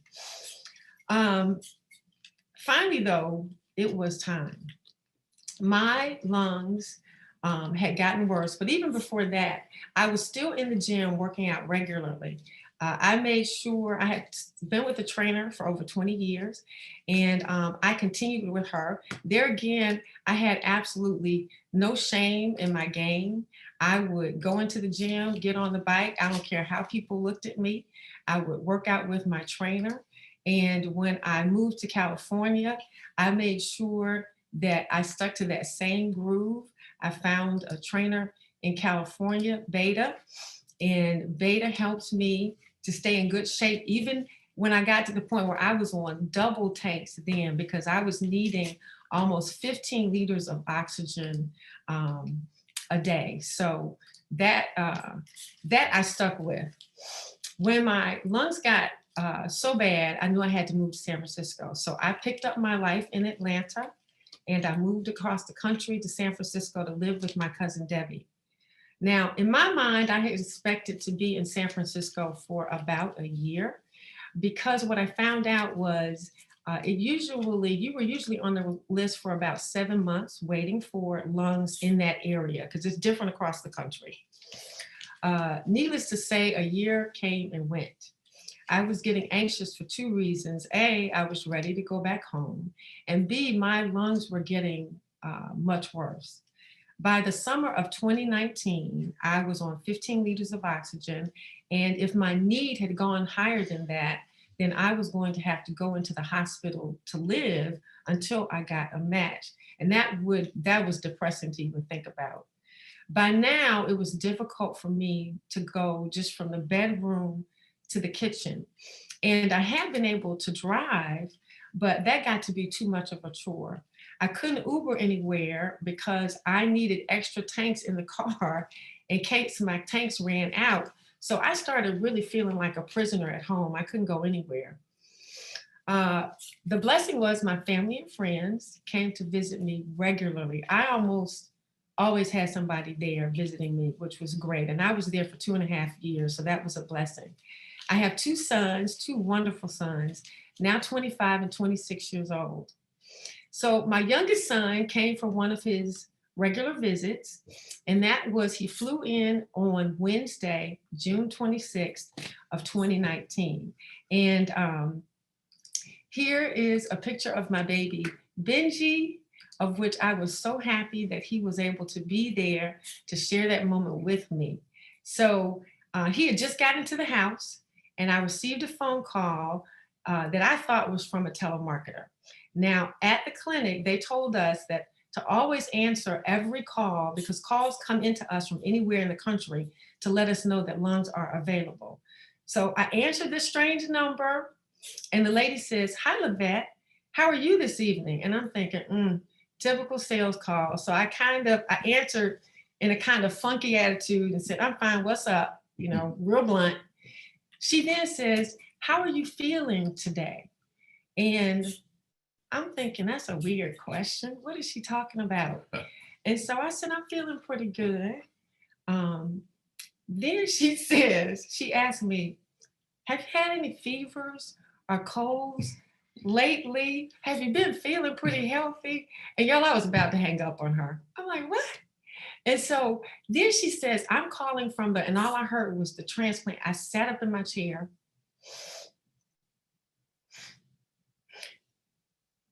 And she said the best words that I have heard in forever. She said, "I have a brand new pair of lungs for you." I was like, what? And by then, my son Benji, he is jumping all over the room because he's recognized what's happening. And she said, "You have about 2 hours to make it to the hospital. Can you get there then?" I was like, "Oh, I can get there in an hour. Don't worry, I'll be there." And so I hung up and we quickly packed, which was a hot mess. Now, let me say, they tell you you were supposed to already be packed, have your bag ready. I didn't. And we pulled out a bag. Benji went through every drawer, just started throwing. Y'all, he had like 20 t-shirts in there. He had 10 pairs of socks. Dude, where do you think I'm going? But he helped me. We got ourselves together, got in the car. I was calling everyone that I could think of, and I was praying that this wouldn't be a dry run, of which I had already had one. When we arrived at the hospital, they were ready to go. As I said, it was just me and my son, Benji. So it was like a movie in that as they were wheeling me into the operating room, I was on the bed, a couple of people around me pushing and talking, doing stuff.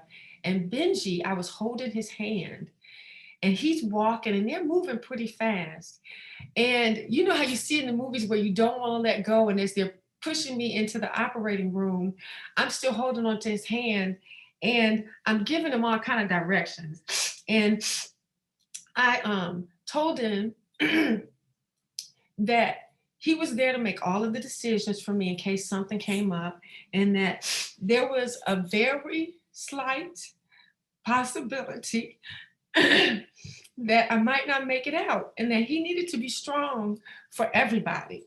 Neither of us was crying at that point. What I later found out was after I went into the operating room, Benji ended up falling apart around the corner, and I fell apart once I got into the operating room. Now, from there on, it was a blur.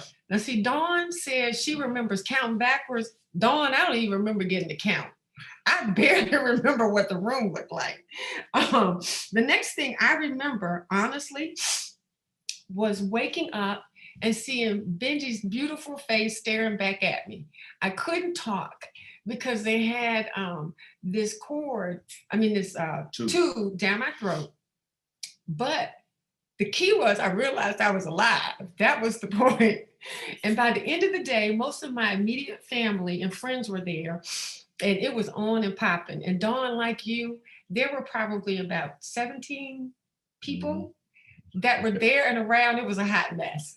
Anyway, they gave me a little whiteboard and I became a writing fool. I wrote questions for the doctors, warm messages to my family, and within 24 hours, they had taken the tube out and put a mask on my face with oxygen. Now, during this time, the respiratory therapist would come see me. It seemed like every hour, but it was probably every 3 hours or so. And that was around the clock.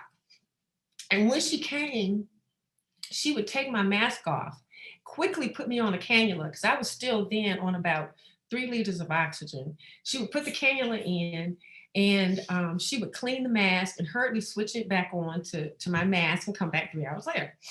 So a little bit later, she comes in, she takes the mask off, but she doesn't hand me the cannula. And she's taking her time, you know, doing her thing. And I'm thinking, Chet, what are you doing? I need the cannula, I can't breathe. And so I say to her, I said, I can't breathe. Where's my cannula? I need it. She said, and she looked at me and was so cool. She said, Mrs. Russell, you are talking and you're breathing. She said, look at your pulse ox. It says 98. You are perfectly fine.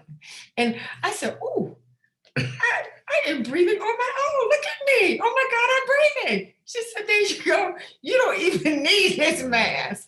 And so I gradually got off of the mask and was breathing on my own and was just astounded. So within 36 hours of my surgery, I was up and walking, which I just didn't even believe that that could be possible. And so I want to share with you a video of my first walk. And let me say, now it's not like I hopped out of bed and was ready to rock and roll. This was a major accomplishment, but it was a very slow, determined, working hard walk. And as you can see, it took so much equipment. I promise you, it probably took me 30 minutes just to get out of bed with all the stuff that I needed. But I was so proud of that and so incredibly excited. And I couldn't find my gloves in the room and my hands were really cold. So I have socks on my feet, ignore that. I mean, I have socks on my hands, ignore that. But I was so proud of that moment. There's Michael. And I think you see my mom somewhere in the video, but I was so incredibly proud of that moment. And even though I only walked a few steps more than that and turned around and came back, there's my mom. I was so excited about the fact that I could get up and walk and move around and talk to people and nurses. That was incredibly exciting for me. I went home in 10 days. And by the end of the week at the hospital, I was going up and down the stairs in the stairwell just to make sure that I was keeping those lungs moving like they wanted me to. So they couldn't tell me anything about my donor. But what they did inform me of is that the lungs that they had for me, since they knew I was at the point of, I was desperate for a match, I needed some lungs sooner, I was not going to make it. These lungs were a bit too big for my body cavity. And so they had to trim the lungs down, but they still couldn't trim them down small enough to be the same size that I had. So they had to kind of stuff them into my body cavity, which is fine. But they tell you when that happens to make sure that you breathe as deep as you can and start to move around as quickly as you can so that those lungs don't get sick. And that's what I was doing. So I went home in 10 days, and that was 16 months ago. And I will tell you that now I'm back in Atlanta. I'm doing my thing. I'm still on my road to recovery. I lost a ton of weight about 2 or 3 months after my surgery. I ended up at 98 pounds, and I normally weigh 130. And so right now I'm at 115. I'm still working on that goal of, Dawn, you were losing. I'm working real hard to gain. And let me tell you, it is just as hard to gain as it is to lose. But the point is my lungs are functioning beautifully. Now, I still have issues because I still have scleroderma. Taking the old lungs out didn't take the scleroderma away. I still have that and it'll never go away. And so right now, the thing that I constantly fight with is that I have really bad digital ulcers. And I thought I had a picture, but I'm not sure that I have one. But anyway, I have digital ulcers. And if I just hold my hands up, you can see, and I have from medicine real bad shakes. But these 3 fingers have really bad ulcers on them. And those ulcers are going to end up self-amputating. So in about 3 months, I will lose these fingertips. And right now they cause me a lot of pain, but I'm at the point where I don't care about that because now I can breathe on my own with or without fingertips, and my life is looking really good. So I am incredibly blessed and very thankful. And I so appreciate everybody listening to our story and understanding how important donation is, and just learning to have faith in the transplant process, because it gives life to those that feel like there might not be any more life. So thank you so much for asking us to come to speak today. We appreciate it. We appreciate so much you guys being here to speak. Thank you, Lovette and Michael. We do have a couple of questions that have come in.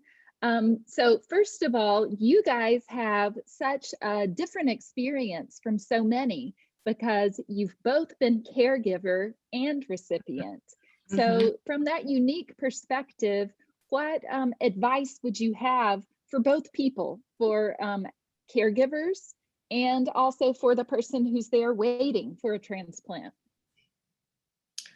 Well, in my case, I would say that I needed extended caregiving. And so Michael was working, but I needed somebody that was going to be with me 24/7 in San Francisco. So I had to actually research and think about years prior to transplantation, I had to really think about who could come and stay with me for at least 2 months. And we had to plan that out. That was required by the transplant team, that they knew who that person was, and that you have a secondary and hopefully tertiary person as backup. In terms of being the actual patient, I will say to you that you are in a compromised, uncomfortable position, and you need to be very patient with your caregiver because they cannot read your mind. And just love on them and make sure that they know how much you appreciate them, because that goes a really long way, because you're, as the patient, you're scared, you're freaked out, and they're scared and freaked out too because they're taking care of you. That's a serious responsibility. So that's what I would say. I can't add much else to that besides one. I mean, you clearly understand the importance of a caregiver, and it's just it's critical in the process. So, but Lovette said it well. I think for the patient, you need to be thankful for your caregiver, even though you're going through your hardship. It is also, it's also can be trying for the caregiver. So have some patience and some thankfulness. Yes. That makes sense. Thank you, guys. Michael, a question that came in for you. What percentage was your kidney function when doctors determined that it was time for you to get a transplant? It was around 10% at that time. Wow. It was around 10% was my function. And I was, and it varies. He said sometimes people show symptoms, show some much serious symptoms sooner than that. But I mean, for whatever reason, I was still functioning at a pretty regular pace, but by the time I had my transplant, it was in that 10% range. Okay. And how has this experience impacted the relationship between you and your brother? Well, I mean, we've always had a good relationship, but it certainly has made it a different kind of relationship in that I share a part of him in me, and he, so that Yeah. that is just real. But we've always had a good, respectful, loving relationship. So, that has just continued, but it has bonded us in a way that is just different because Sure. he is a part of me and inside of me every day, and I'm thankful he had two good healthy kidneys. Absolutely. Lovette, people have asked, how hard was it for you guys to make the decision for you to move for transplant? It was tough, it was really difficult. And initially I'd said, since I knew that the scleroderma wouldn't go away and that it possibly could start to attack new lungs, initially I'd say, well, maybe I just won't get a transplant. Well, of course, my family and friends weren't having that. And the more I thought about it, I said, people go through this process every day. I can do it. And fortunately, I had family in San Francisco. And honestly, San Francisco is not a bad place to have to move to, right? So that all made it a lot easier. And some blessings came out of that. I got to know my cousin and her family a whole lot better. We are extremely close now. That has been a real blessing. Yeah, well, but let me add too, just to clarify, it wasn't an option to move in that if she was going to have a transplant, Emory Piedmont, given her condition with scleroderma, would not do a transplant of her. So it was essential if she was going to have a transplant. It was a few places in the country. Yeah, just a few. Yeah, that would perform surgery with scleroderma patients with pulmonary fibrosis who need a lung transplant. Mm-hmm. So, the reality of it, if she was going to live, she was going to have to move to, she was going to have to be a place that did the surgery. Mm-hmm. And you couldn't get it in Atlanta. Right. Well, Lovette, we have another question for you. How did you find the strength to stay physically fit while you were waiting for your transplant? Those photos of you, working out with the oxygen, that's just, amazing. So how were you able to do that? Well, I think fortunately that was already in me before I got really sick. I was so used to working out and I was already in great shape. And having a trainer and having her keep me on point and keeping me motivated, even when I got sick, some of the days when I didn't feel like coming, she really kept pushing me. So she was my health advocate, my workout advocate then. But it was already in me. I loved working out and I loved it even more once I got on oxygen because I recognized that it was going to be a big benefit to me once I went through my surgery. And that just kept me motivated because I know I wanted the most positive outcome possible. Absolutely. Well, I don't know if you guys have seen, but in the chat section, there are just so many people who appreciate your story so much and are amazed by, how inspiring both your stories are and just your tenacity and determination. And we appreciate so much you guys being here today and sharing with us. Thank you. Thank you. Thank you. So now, guys, we've come to our last poll question for this portion of the webinar. And what we want to find out is, what organ are you waiting for or have you received? Please take a few seconds to make your selection and we'll share the results.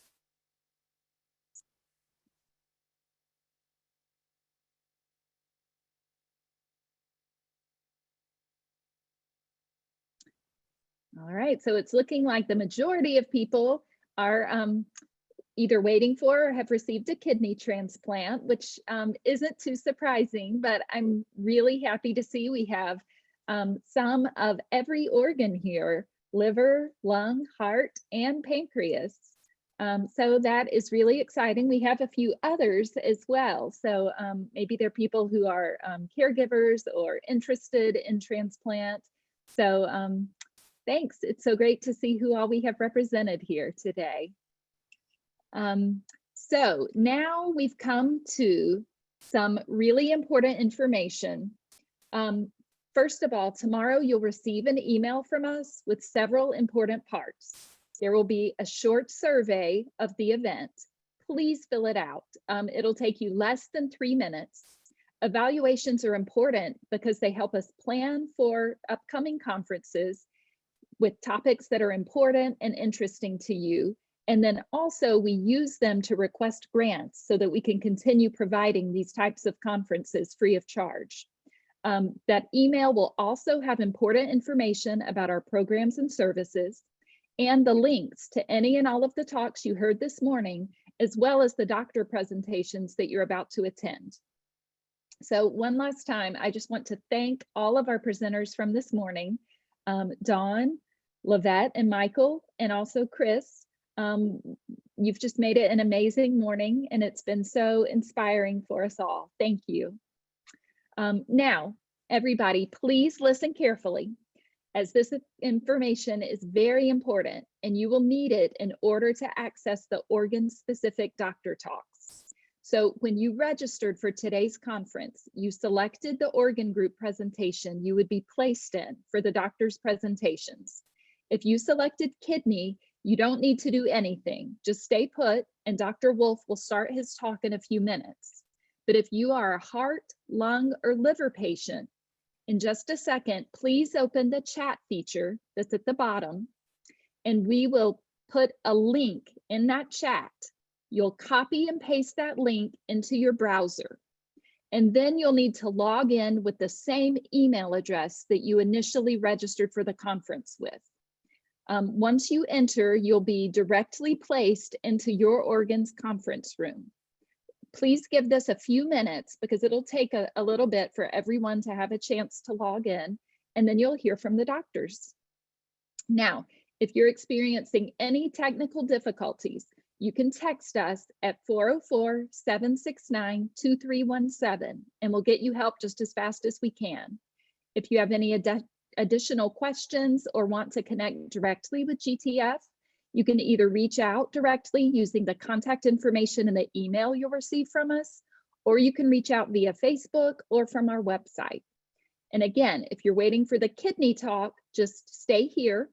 All other organs, please click on that link that was sent in the chat. We thank you so much for your time and hope that you enjoy the doctor talks.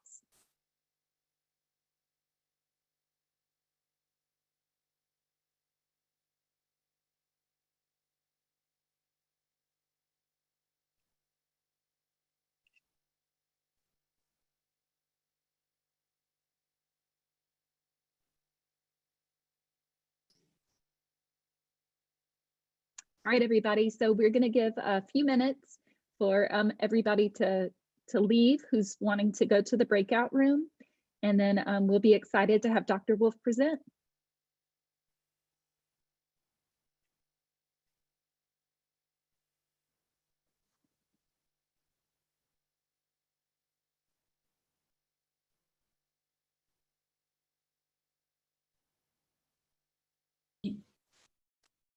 You can probably start. All right.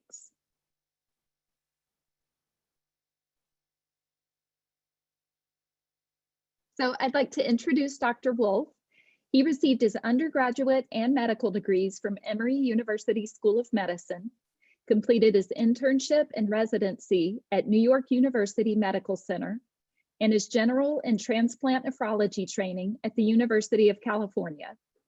He has been a transplant nephrologist at Piedmont since 2007 and on the GTF Board of Directors for the past 5 years. He has been listed among the top docs for nephrologists in Atlanta Magazine for the past 3 years. He enjoys spending his free time with his wife, 2 boys, their dog Frisco, and has a reputation for being a baseball fanatic. Please welcome Dr. Wolf. Thanks, Rebecca, for the nice introduction, and I hope everyone can hear me okay. And thank you to Georgia Transplant Foundation for giving the opportunity to speak today. It's been a few years, and I'm looking forward to speaking to everyone. So, and also to the patients that just spoke, I heard the end of it. It was quite a powerful message. So thanks, everyone. So Today, I'm going to talk a little bit about, just the kidney transplant process, listing for transplant, and some of the post-transplant care to try to give you guys a little bit of an overview. I'm going to try to, there we go, that way it stays out of there. And hopefully you guys can all see my slides okay. So called this talk, Kidney Transplant from Listing to Transplant and Beyond. So a little bit of just how we're going to overcome transplant barriers. I want to look at the actual barriers themselves, talk about the pre-transplant evaluation, talk about living kidney donation, organ allocation, which actually is a really hot topic right now for Georgia, and kidney, because there's some major changes coming in the next 3 weeks to organ allocation that will, for those of you that are looking to get a kidney, are going to affect a lot of you. What do the acronyms KDPI and EPTS mean? And also, we've made a really big push about utilizing social media to help find living donors. Another area that I'm really excited about that's really some new opportunities for patients that honestly have come out in the last couple of weeks. And then also, I'd be remiss not to talk about kidney transplant care in the era of COVID. So a little bit about the demographics of patients with end-stage renal disease or patients on dialysis. It's almost 750,000 people in the United States have end-stage kidney disease. And we see the greatest growth in patients 45 to 64 years old, and the greatest incident increasing patients that are over 65. The average patient being referred for kidney transplant continues to change. We're seeing older patients that come with multiple comorbid conditions like diabetes, heart disease, stroke. Also, people have had complications, dialysis access complications, et cetera. And also people have had prior transplants, either coming in for a second or third or fourth kidney transplant or another organ transplant, like liver, heart, and lung that now need a kidney transplant. So a lot of the data I'm going to talk about is from an organization called SRTR, and I wrote this on the bottom here. And that is the Scientific Registry of Transplant Recipients. And so that is, if you ever want to look up data, you want to learn about programs, you want to learn about what's going on in the United States with respect to transplant. As you guys probably know, not everything on the internet is true. And SRTR, Scientific Registry of Transplants, or srtr.org, is a really great reference. And then OPTN is the Organ Procurement and Transplantation Network. And that's here at the bottom of the screen. So those are just what those acronyms are. The most recent data comes out of 2018. So these are some of the data I pulled off their website that just came out in the last couple of weeks. You can see at the top, we talked about earlier, 50 to 64 is the highest percentage of people that are being referred for kidney transplant. But you can also see that the age between 65 and 74 is the fastest growing group of people that are being referred for transplant. So what are treatment options for people with end-stage kidney disease or end-stage renal disease, ESRD? There's dialysis, right? Hemodialysis, which you can have in the center, at home, or nocturnal.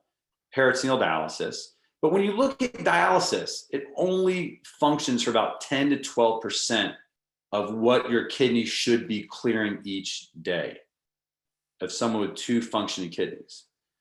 And obviously, ideally, the ideal treatment option for someone with end-stage kidney disease is going to be kidney transplantation. There's a couple options. You have to get it from a live donor or a deceased donor. We'll talk about that more. And also, kidney transplantations, I'm going to show you guys some data about this. Everyone knows your quality of life is going to be better, right? You're going to be off that dialysis machine. You aren't going to be so exhausted after each of your dialysis sessions.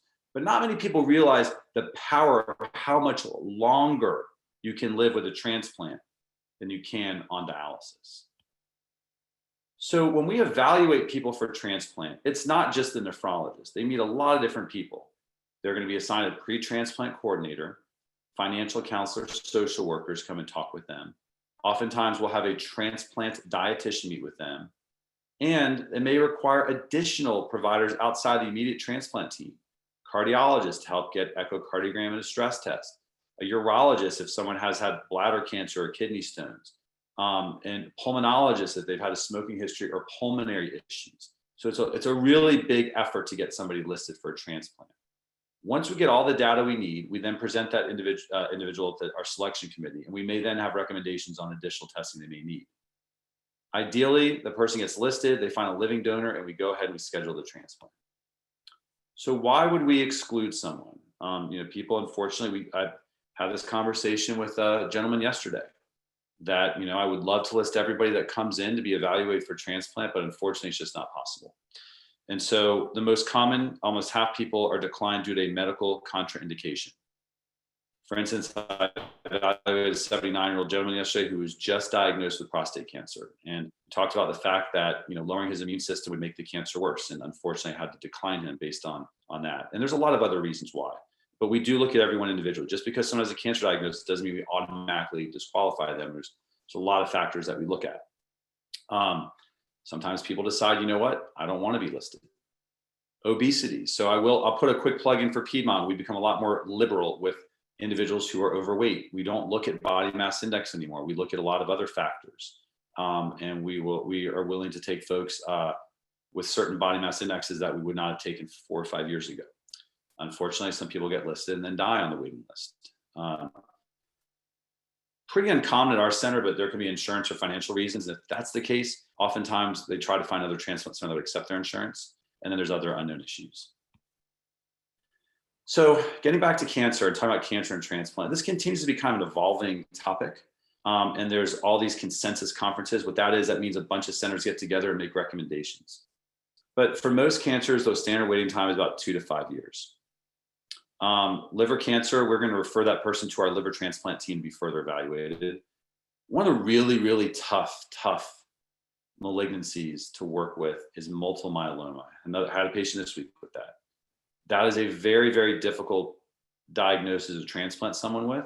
And they often need to be referred for a bone marrow transplant to completely rid themselves of the myeloma, because when you lower their immune system, the myeloma can become active. And then there's often 2 to 5 year waiting times with people with melanomas, breast cancer, colon cancer, cervical uterine cancer. And we look at those by a case-by-case basis. And oftentimes we will get an oncologist to help us with the amount of time someone needs to wait. So what are the general, some other reasons to be excluded if someone has really bad cardiovascular disease? We do CT scans, everyone that comes through. And sometimes when people have really bad vascular disease, the vessels have calcifications in them. And our surgeons can't cut through a calcified vessel and connect another one. And unfortunately, there are times we have to exclude someone to do that because technically the surgeons just can't do the surgery. We talked about malignancy. Active infection. So if somebody comes in diabetic with an active wound infection in their foot, we don't want to lower their immune system there, because then that can make their infection worse. Talked about obesity, poor functional status. So one of the things we look at is, and I'll be honest, when I see someone come in, if they come in a wheelchair or walker and they can't get up, that is a concern for us for how well they'll recover from a kidney transplant.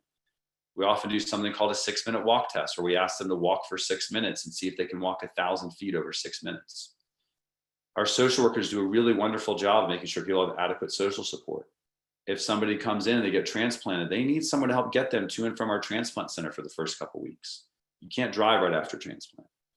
Uncontrolled psychiatric disease. So we have transplanted people with bipolar disorder or depression, but we want them to have close care of a psychiatrist and make sure they're well controlled. So another very evolving topic is using marijuana. And I'm sure those of you that are keeping up with the politics have noticed that more states have legalized the use of marijuana. When you look at people using that, we look at a lot of issues. We work closely with our social workers on that. Personally, my biggest concern with people that are actively smoking marijuana is not that it's the marijuana itself, is that it's not regulated. And there's a fungus called aspergillus that is in marijuana because it's not treated the right way. And if somebody smokes marijuana and their immune system is low and has aspergillus fungus in it, that can get into their lung. And I've seen a couple people die from an aspergillus lung infection who are smoking marijuana with their immune system being lowered. And the last is also another important topic is non-adherence, not just to medical regimen, but also to dialysis.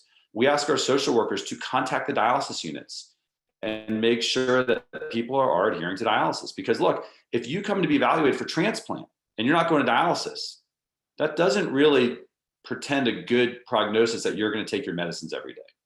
Or if someone had a transplant, let's say, and it failed within a year, and we find out that they weren't taking their medicines correctly, it doesn't mean we won't transplant them again. But we want to make sure that person mentally is really ready to go through this again and take their medicines on a regular basis. And you know, that is something that, again, we're not going to say no to, but we want to make sure that we really, really take a close look at that person.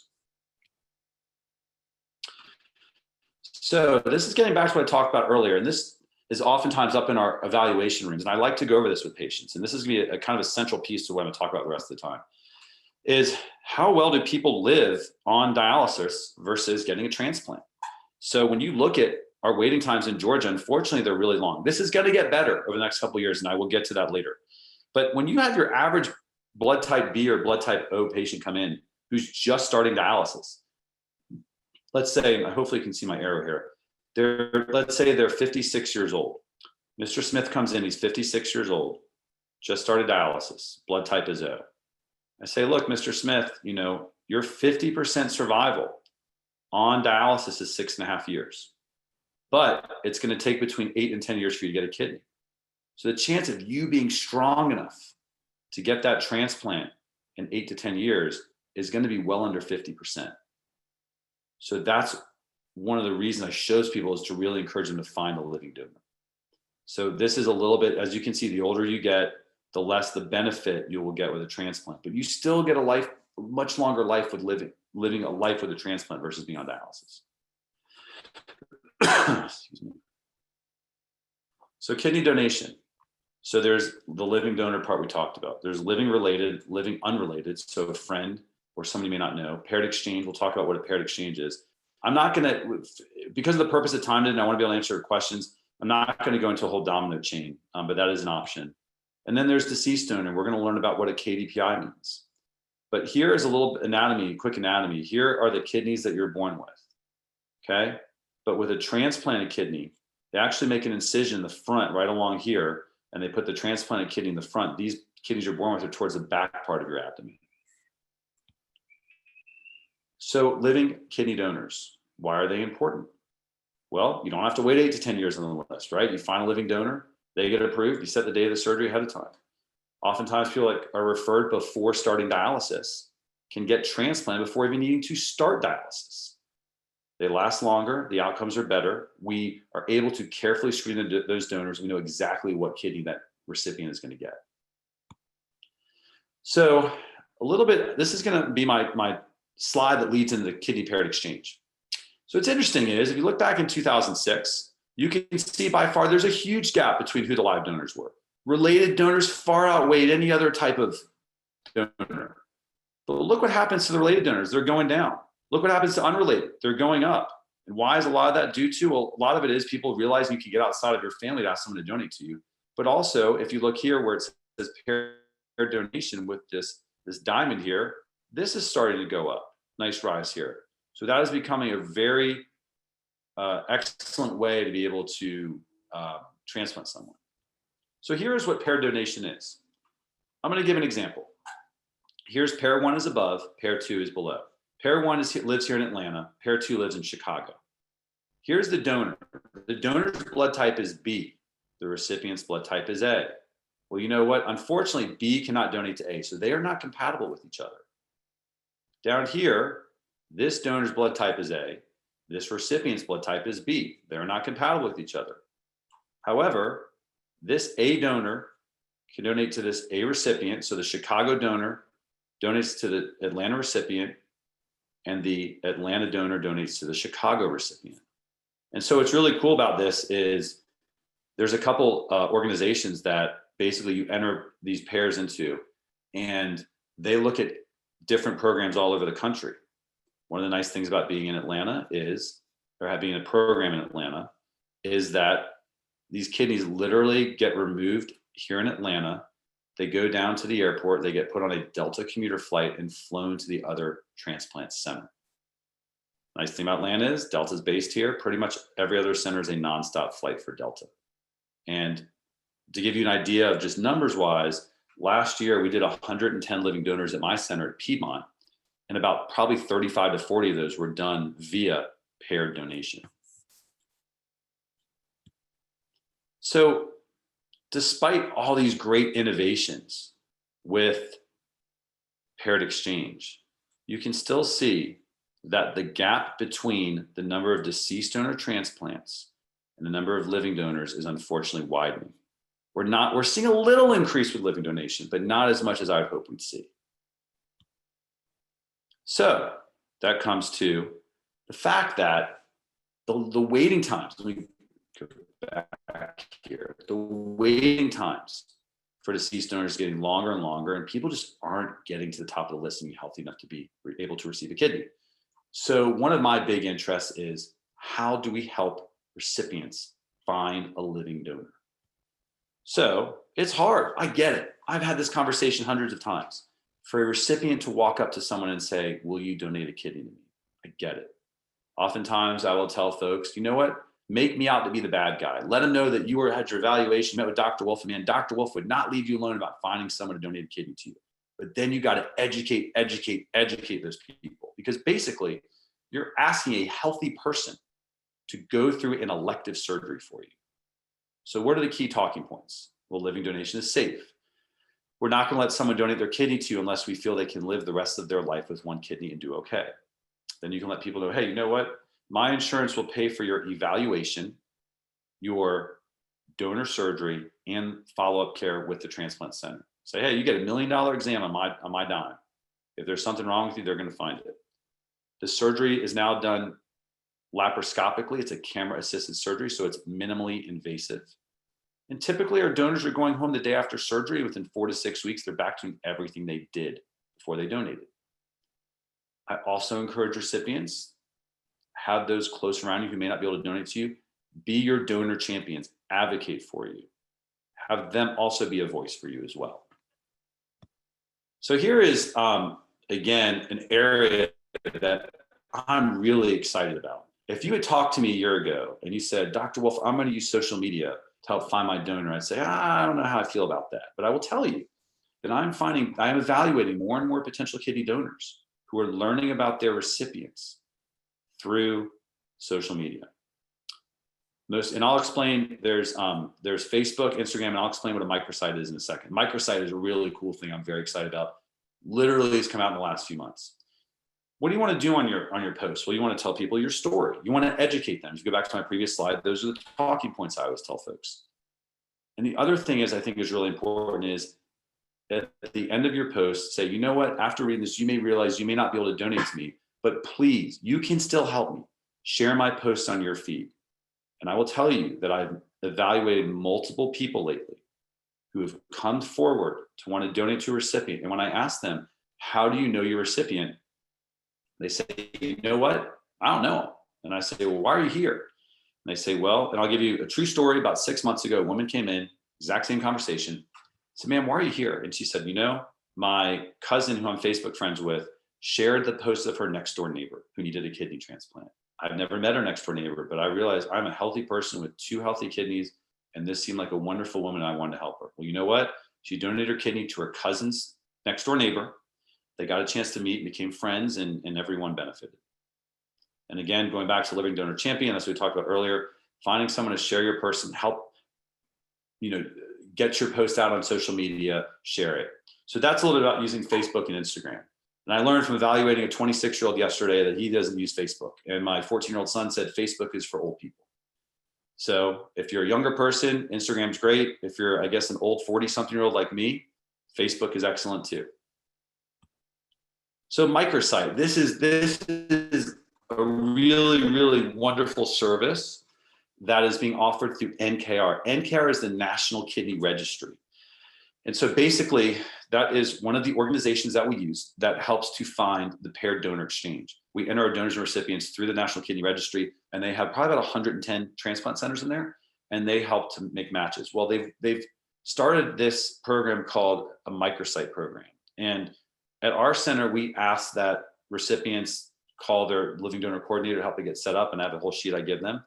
But you can also go on this website, www.nkr.org/register. And then to get the code, we give the code through our living donor coordinators. But what the wonderful thing is that this is an opportunity for you to create your own website. And it's basically your personalized website to help you find a living kidney donor. So this again is the pamphlet, just took a screenshot of it. You get a link, you create a microsite. Then once it's set up, You'll get an email with that link, and you can create your personalized site. And then the transplant center can help you with the site to make sure it looks okay. And then once it's approved, what they'll do is they will send you 250 business cards you can hand out with the website on it. And then there's a couple tips on the right here. Talk about telling your story. Personalize it. Make people learn about you and what you're going through. Include some pictures of you with your family and friends to really personalize it. Include a lot of the educational points that I mentioned earlier. And then this is an example of this is a kid up in Boston area who it's a boy who needed a kidney transplant, and the mom put this post together about her son. And you guys can read this later, but what I want to show you at the bottom is what's really great about this site is that someone can go on there and they can look at your site, and then turn my cursor, and then you can literally click on this link here, and it will take you into our transplant center's portal, where they can start the donor process by filling out some questions. And then our donor coordinator will call them to complete their evaluation. So the beauty with this is that people can actually never even have to pick up the phone to get started. They can just read about it. And then there's also a link here to get onto other websites so they can even get more information about living donation. Again, education's key. That's why I really like the microsite. Give me a second here. I'm just quickly looking at questions just to see if there's anything pertinent before I move on.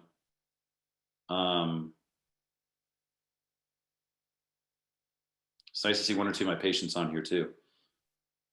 All right, I'll get to these at the end. I will get back to your questions. Sorry, let me go back. Stop my screen for a second. All right, so kidney allocation. So, sorry guys.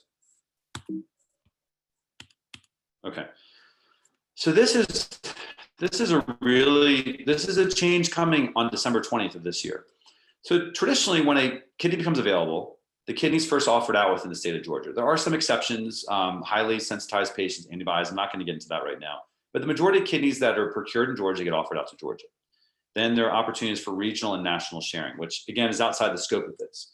But understand, kidney offered in Georgia goes out to Georgia. Well, you know what? That's been a problem for Georgia residents. In Georgia, there are 10.6 million people and approximately 440 deceased donor kidney transplants a year. So that means that there is one kidney for every 24,000 people. If you look at the surrounding states, South Carolina, 1 in 18,000, Tennessee, 1 in 14,000. And you can see these, North Carolina, 1 in 16,000, Alabama, 1 in 19,000, Northern Florida, 1 in about 19,000. So what that means is that people in Georgia are waiting longer because there are more people waiting for kidney than are being procured from centers. So DSA stands for donor service area. So all the surrounding donor service areas produce more kidneys per capita than Georgia. So people in Georgia are having to wait longer because of the population issue.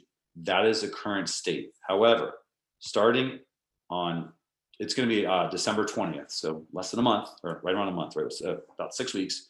They're going to change the way that they allocate organs. Now what they're going to do is when a kidney becomes available, they're going to look at all centers within a 250 nautical mile radius of where that kidney is being procured. So for kidneys here in Atlanta, what does that mean? Well, and I think this is important because this has to do with a lot of people that maybe listen to this that are multi-listed. A lot of people go down to Jacksonville, down here, because the waiting times are shorter. Some people may go to Charlotte. Charleston is a big one. All the way up to Nashville, Birmingham. Those are all transplant centers in the 250 nautical mile radius that have shorter waiting times. However, that's going to change. There's going to be a washout period, probably about 6 to 9 months, maybe a year, where the waiting times may be slightly shorter, but eventually it's going to become even. Our surgical director ran the numbers for Georgia programs. We are going to increase our deceased donors in 2021 by 70%. So to give you an idea what that means, we did about 150 deceased donors at Piedmont. Emory probably did like 180, not really sure what Medical College of Georgia did, but we're probably looking at getting close to 250 deceased donors next year. This is a good thing for people that live in Georgia that are listed at Georgia programs. So I just want to make sure, this is like a hot topic right now in transplant. So I just want to make sure you guys were aware of that. So I'm going to talk a little bit about these acronyms. KDPI, Kidney Donor Classification. So KDPI, traditionally it used to be called the Expanded Criteria Donor. You basically take any donor over 60 or any donor over 50 who had hypertension or high creatinine. Well, now it's replaced by KDPI, which stands for Kidney Donor Profile Index. It's a much better way of quantifying a donor when they become available, donor kidney. So what is the goal? Well, we want to be able to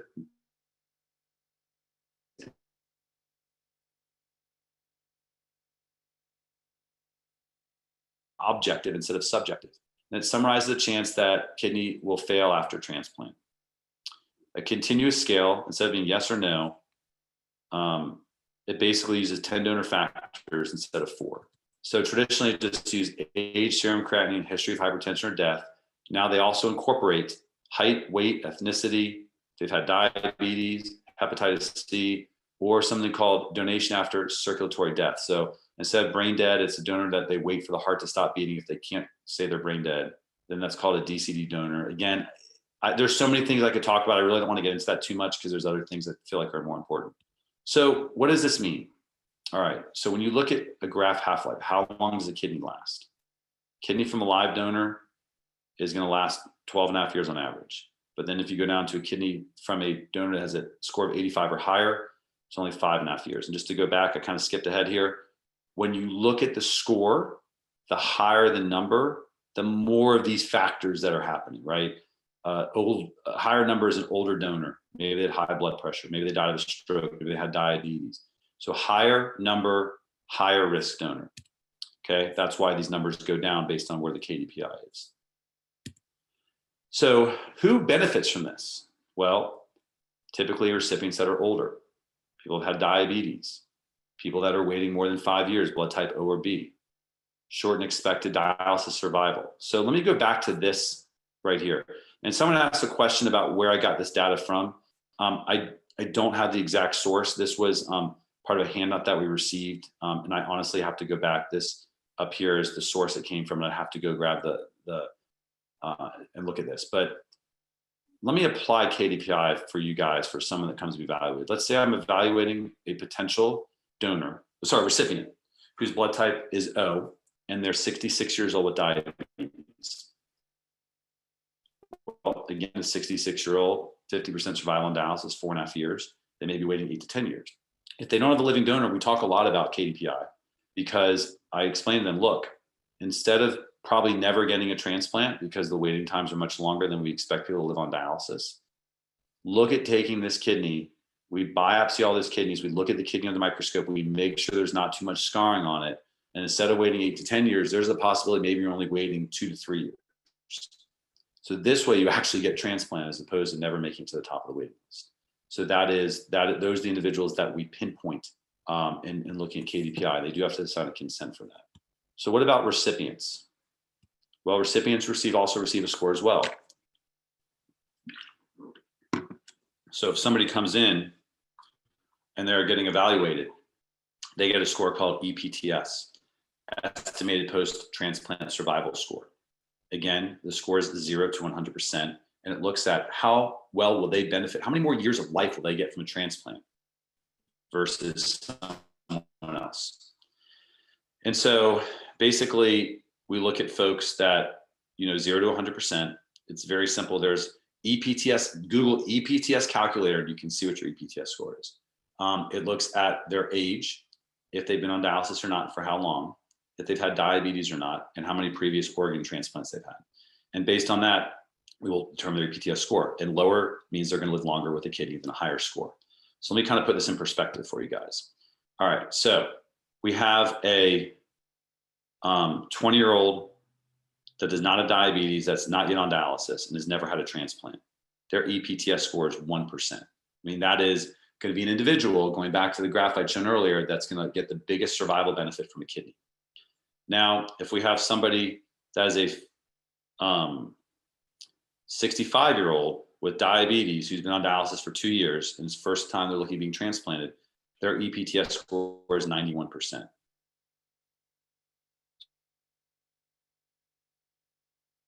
This 65-year-old that comes in like this, we would discuss having them sign up for a high KDPI kidney. That would be the type of person that we Obviously, looking at live donation is the best option, but then also looking at signing consent for a KDPI kidney, a high KDPI kidney. So again, what the United Network of Organ Sharing has done is they said, you know what, we want the best quality deceased donor kidneys going to the recipients who have the longest survival advantage. So you get a donor that is available, deceased donor, and their KDPI is under 20%.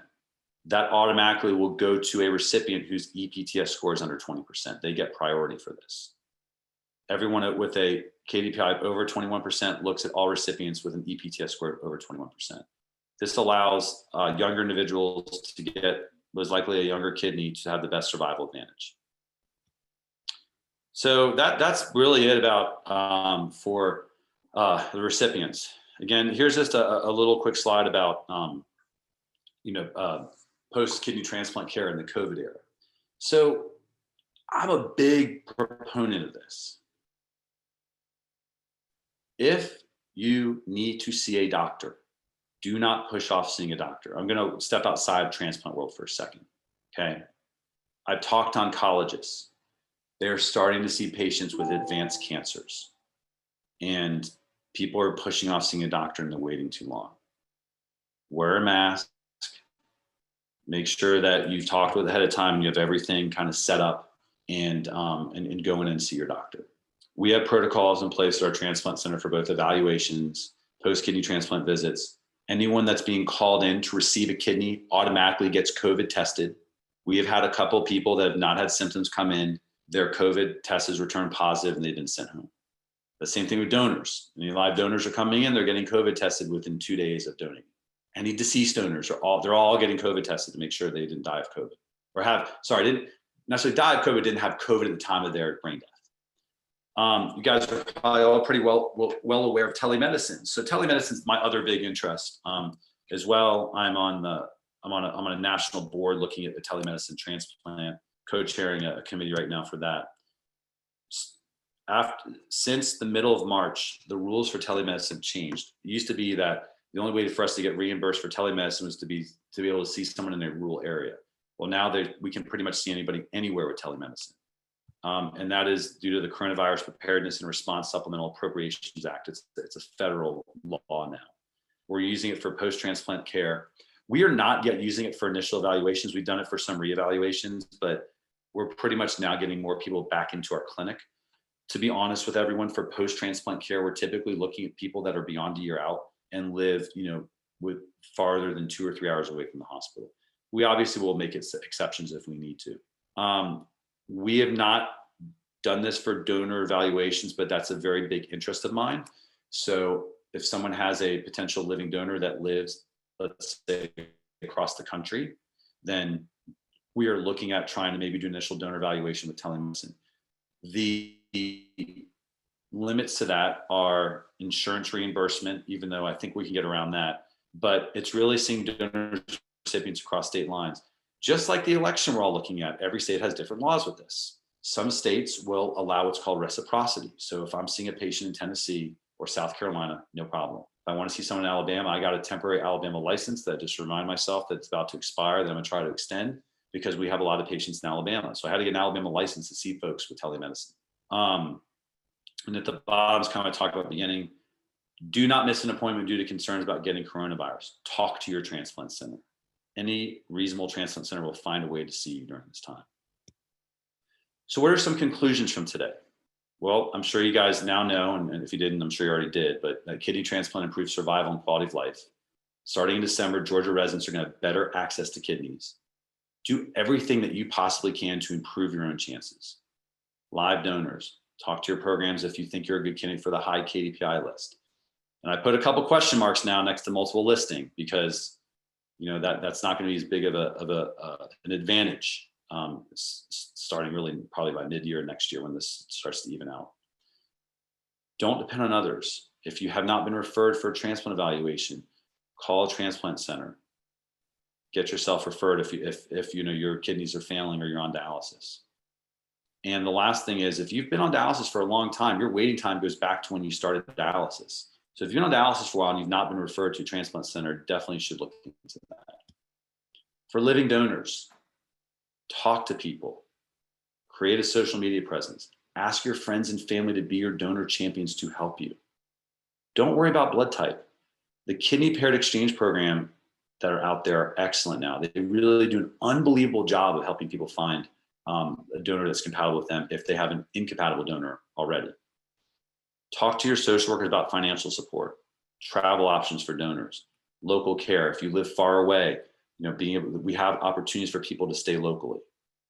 And then, do your own research. Go on SRTR and look at programs that, have high volumes, that do a lot of transplants and have good outcomes. It's easy for you to go online now, but look at, good sites like srtr.org to get the best information possible.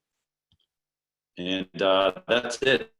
Thank you guys so much for your time and your attention. And I'm going to stop my screen sharing now. I can. I'm going to need someone to stop my screen sharing. Give me a second here. Oh, stop share. Okay. All right. Thank you. Rita and Rebecca, should I start looking at the questions? Sure, if you'd like to look at them, or I can just read them off to you. Yeah, why don't you go ahead and read them out, you. And then that's probably a little easier. Absolutely, I'll be happy to do that. So one question was, what do you think the chances are for the implantable artificial kidney being developed by the Kidney Project? What do you think the chances are of it being a practical bridge to transplant? I'm laughing because I get that question a lot. I personally don't see the implantable kidney being available for the next 10 to 15 years. There's some great strides that are being made with it. It gets some publicity from time to time, but I haven't really seen anything that's close to being to market yet. Okay. Disappointing, but yeah, we get it. I know, trust me. I mean, it would be great. It'd be great for a lot of people, especially people that may not be a candidate for kidney transplant. Right. Right. I get it. I would love for it to come out, but it's a ways away. Okay. Are there any significant advantages to being transplanted from certain dialysis modalities? Like, is PD better than hemo, or home better than in-center? No. We, everyone has different reasons for being on different dialysis modalities. Some people prefer home hemo, some prefer PD. And I always ask patients to defer to their local nephrologist on the best modality they should be on. And so, no, we're not one's better than the other. No. Okay, I think that's great news for people, and it makes sense for them to talk to their local nephrologist. Do you know what's the largest group of paired donations that's been done? Yeah, so I didn't get into the domino kidney, but in brief, it basically is, there are people out there called altruistic donors. And it's someone we probably get 1 or 2 a year at our center, where people come forward and say, you know what, I just want to help. I just want to help people. And what we'll do oftentimes is we'll have that person donate to a recipient who's not compatible with their donor. Okay, so a blood type O altruistic donor donates to a blood type O recipient. They receive that altruistic donor's kidney. Then the blood type A donor that's not compatible with them donates to someone else. Then that person's donor donates to somebody else. And it's this whole chain. There has been one, I think it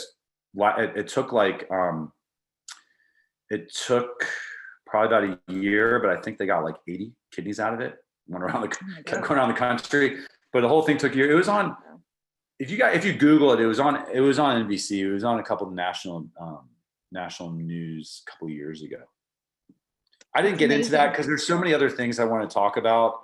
I mean, there's all these cool things, but I wanted to be more focused, and a great question, don't get me wrong, but like patience and understanding when you go to get your evaluation, what do these different acronyms mean and whatnot. Absolutely, thank you. With the transplant of a new kidney, why do the diseased kidneys remain in place? Could they cause a problem later in life? So it's kind of, I'm going to stand up here. I always tell people, hopefully you guys can still see me. I always wish I could do this live. That way I'm out and I'm talking to you guys, but the transplanted kidney goes right here, okay? That's where the transplanted kidney goes. Your native kidneys are back here, all right? So because of that, it's a massive surgery to try to remove your native kidneys. You have to go to what's called the retroperitoneal space, the back of the body. And it's just extra surgery. Now, the only reason you may want to remove it is someone has something called polycystic kidney disease, and the kidneys are so large they can't bend over and tie their shoes or breathe. Then we may remove a polycystic kidney. But it's really just additional surgery, and it would be a longer recovery time. And those kidneys, basically, they get scarred down and make less and less urine if they haven't stopped making urine already. But there's really no reason to remove the kidneys at the time of transplant. So someone has 3 kidneys when they come out of kidney transplant, typically. All right. I see a question here that someone's trying to find the family of my donor, let them know I'm still taking care of it. So for those of you that have received a kidney from a deceased donor, and you would, I encourage everyone, and maybe this individual's already done this, but to write a letter to the donor family. And so the Lifelink of Georgia is the organ procurement organization. They will receive that letter. They typically wait about 6 months, and they will pass your note on to the donor family. I asked Lifelink this question. I said, how often do they respond? And about 50% of the time, they'll write you back. So I don't know if this individual has written the family or not, but if they haven't, it's never too late to write a letter and then you just bring it to your transplant center. Our coordinator will pass along the Lifelink of Georgia. They'll get it to the donor family. Quick story, because now you got me talking, is I was at a transplant conference probably about 10 years ago, and a transplant surgeon at Columbia University in New York was talking about this. And the guys started out his talk by saying, I just went skiing and I tore up my left knee. I was skiing, I hit a bump wrong, tore it up, needed major reconstructive surgery of my knee, and I got a cadaver or deceased donor ligament. And I said, I'm going to write the donor family. So I wrote the donor family. Thank you for the ligament that you allowed your donor to put my knee, et cetera, et cetera. So, and they got a letter back a couple months later. You know what the letter said? The letter said, dear, you don't give out your name, but dear person, thank you so much for writing this letter. Our loved one donated their heart, lungs, liver, and kidneys, and you're the only person to write us and thank us. And that as a transplant, all of us, our mouths just open. And we're all transplant professionals hearing this story. And it really just hit home on the power of how much donor families, even if they don't write you back, you're helping to bring closure to a tragedy that's happened to them. I think that's something that's really important too. So. Absolutely. Here's a question. What about older adults? It says who are 30, but don't have high blood pressure or diabetes. Where are they along the KDPI? Will they have to take a high-risk kidney? I don't like to use the word high-risk kidney. I would just say, kidney from someone that's older. There's a lot of terminology that, try not to do with that. So the question is someone in their, because if someone in their 30 that doesn't have diabetes or high blood pressure, that person is going to have an EPTS score that's going to be super low, and they're going to get a kidney from a donor, a deceased donor that has a KDPI score of under 20. So. Gotcha. Somebody asked, how do I find out what my EPTS score is for someone waiting for a kidney? So you do what I do. You do what I do when I evaluate people. I literally do this before I go and see the patient. You Google EPTS calculator, okay? And there's an EPTS calculator site, and you basically I enter in the person about to evaluate their date of birth. You'll see the calculator shows up. Now I'll know to put that up on my next talk. You put in their date of birth. It'll have you fill in a couple blanks. Date of birth, if you've been on dialysis or not, and if so, then the next thing will open up how long. Then if you've had diabetes or not, number of previous organ transplants, and then there'll be a bottom below that you press calculate, and the percent number will show up. So it's really easy. I mean, I do it multiple times. When I'm doing my evaluation clinic, I do it multiple times a day. So people should just be able to Google EPTS calculator? If they want, yeah. If they want to, or when they go get evaluated, they can ask. Okay, yeah. During the COVID pandemic, what advice would you give to pre and post-transplant patients who work with the public, like first responders, regarding staying safe and well? Great question. I mean, listen, people have to work, you got to pay your bills. And I think it's just really being smart, being smart about trying to minimize being around people, making sure that you're always wearing a mask. I tell people who've just been transplanted, look, I don't want you to feel like you have to live in a bubble. But if somebody wants to come by and see you, you need to wear a mask. They need to wear a mask. Be nice to be outside ideally, but just making sure that you try to use good hygiene around, others. Have someone bring hand sanitizer. I tell like the support person, get a bottle of hand sanitizer. People come over, say, hey, look, I don't know where your hands been before you came here. Can you just clean your hands, keep your mask on? But I'm not one to let, if you guys can't tell, I'm a pretty social guy. And I want our patients to be able to not feel like they have to be stuck in a bubble afterwards.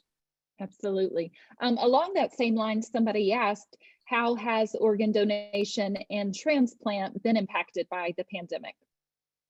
So I can't necessarily speak as much for other programs, but I will tell you at Piedmont, I'm very proud to say that we had our end of our fiscal year at the end of June. And the hospital every year gives us pretty challenging numbers to try to get to with number of transplants. And with liver, kidney, and pancreas transplants, we were 20 organs over budget despite COVID. Wow. We went through a period of time, and I give all the credit to our surgical and medical director for this. We changed our algorithms and which recipients we would allow to get kidneys, probably mainly in April and part of May. So we were limiting it to younger, and this was because we didn't know what was going on with COVID. Please don't take this that we were trying to exclude people. But we really wanted people we knew could get transplanted, be out of the hospital in 2 to 3 days, because we didn't know what we were dealing with, and we're lowering people's immune system. So for the first couple of weeks, we were just really, I was on call a week in April, and everyone that got called in was under 50, and everyone was out the door within 2 to 3 days. It was like probably the least stress we could call I've ever had, because it was just, just like all these people just going in and out. But now in the last 2 months, 2 months ago, we were back up to full steam ahead. We're calling in everyone that is available, that can be called in. It did have a slowdown for a little bit, but our numbers were really good. We probably stopped transplants for like a week and a half, 2 weeks, but then we figured out how can we work with the pandemic, and we changed our algorithms and who we would accept it. And now our algorithms are back to our old algorithms, and we're calling everyone in that can be called in. I'm so glad to hear that. Well, we do have one more question for you. I think we only have time for one more. And these are sort of related questions, so I'll kind of give you a couple. So what are the typical immunosuppressive drugs that you're using now for patients? And then related, somebody asked, is there any research going on to get long-term recipients off of prednisone? She says she was told because she's African-American, she can never get off of prednisone, but new transplants aren't starting out on steroids. So let me address the steroid question first.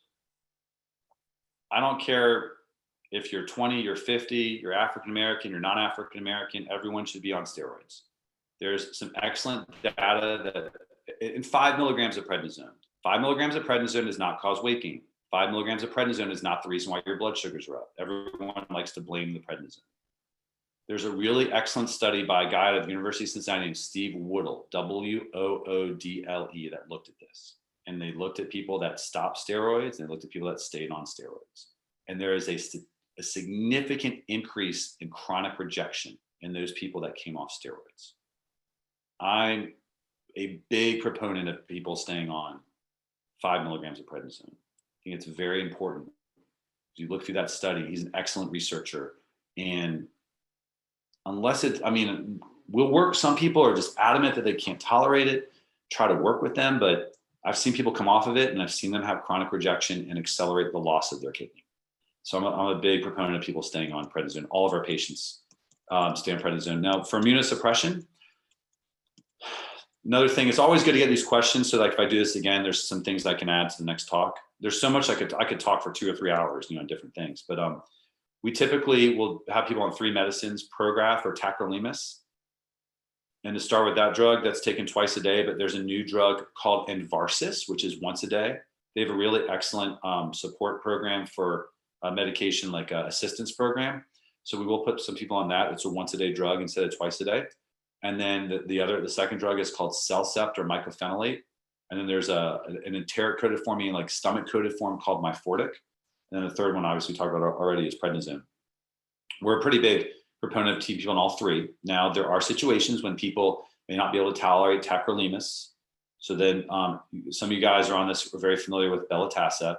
It's in once a month infusion. And Emory is very big with this medicine. When I came here, I trained in San Francisco, and I came here, I want to put everybody on that drug about 15 years ago. And I quickly learned that people were getting some people got really bad rejections on it if they started too early. It's a very good drug to be on. Nothing against Emory. I know they put a lot of people on it. They've had success with it, but we're pretty selective on who we would transition to that medication. We do look a lot at their rejection risk before we would determine if someone could tolerate the ID medicine, Belatacept. Okay. All right. Thank you. Well, I just want to thank you, Dr. Wolf, for taking your time today to speak to us. We really appreciate that. A quick reminder to everybody that an email will come to you tomorrow with a quick survey, and we're counting on you to take a few minutes to complete this so we can improve our conferences for next year. And thank you so much for coming today. And please always reach out to us at GTF if you have any questions or any needs along your transplant journey. Thank you. All right, thanks. Everybody have a great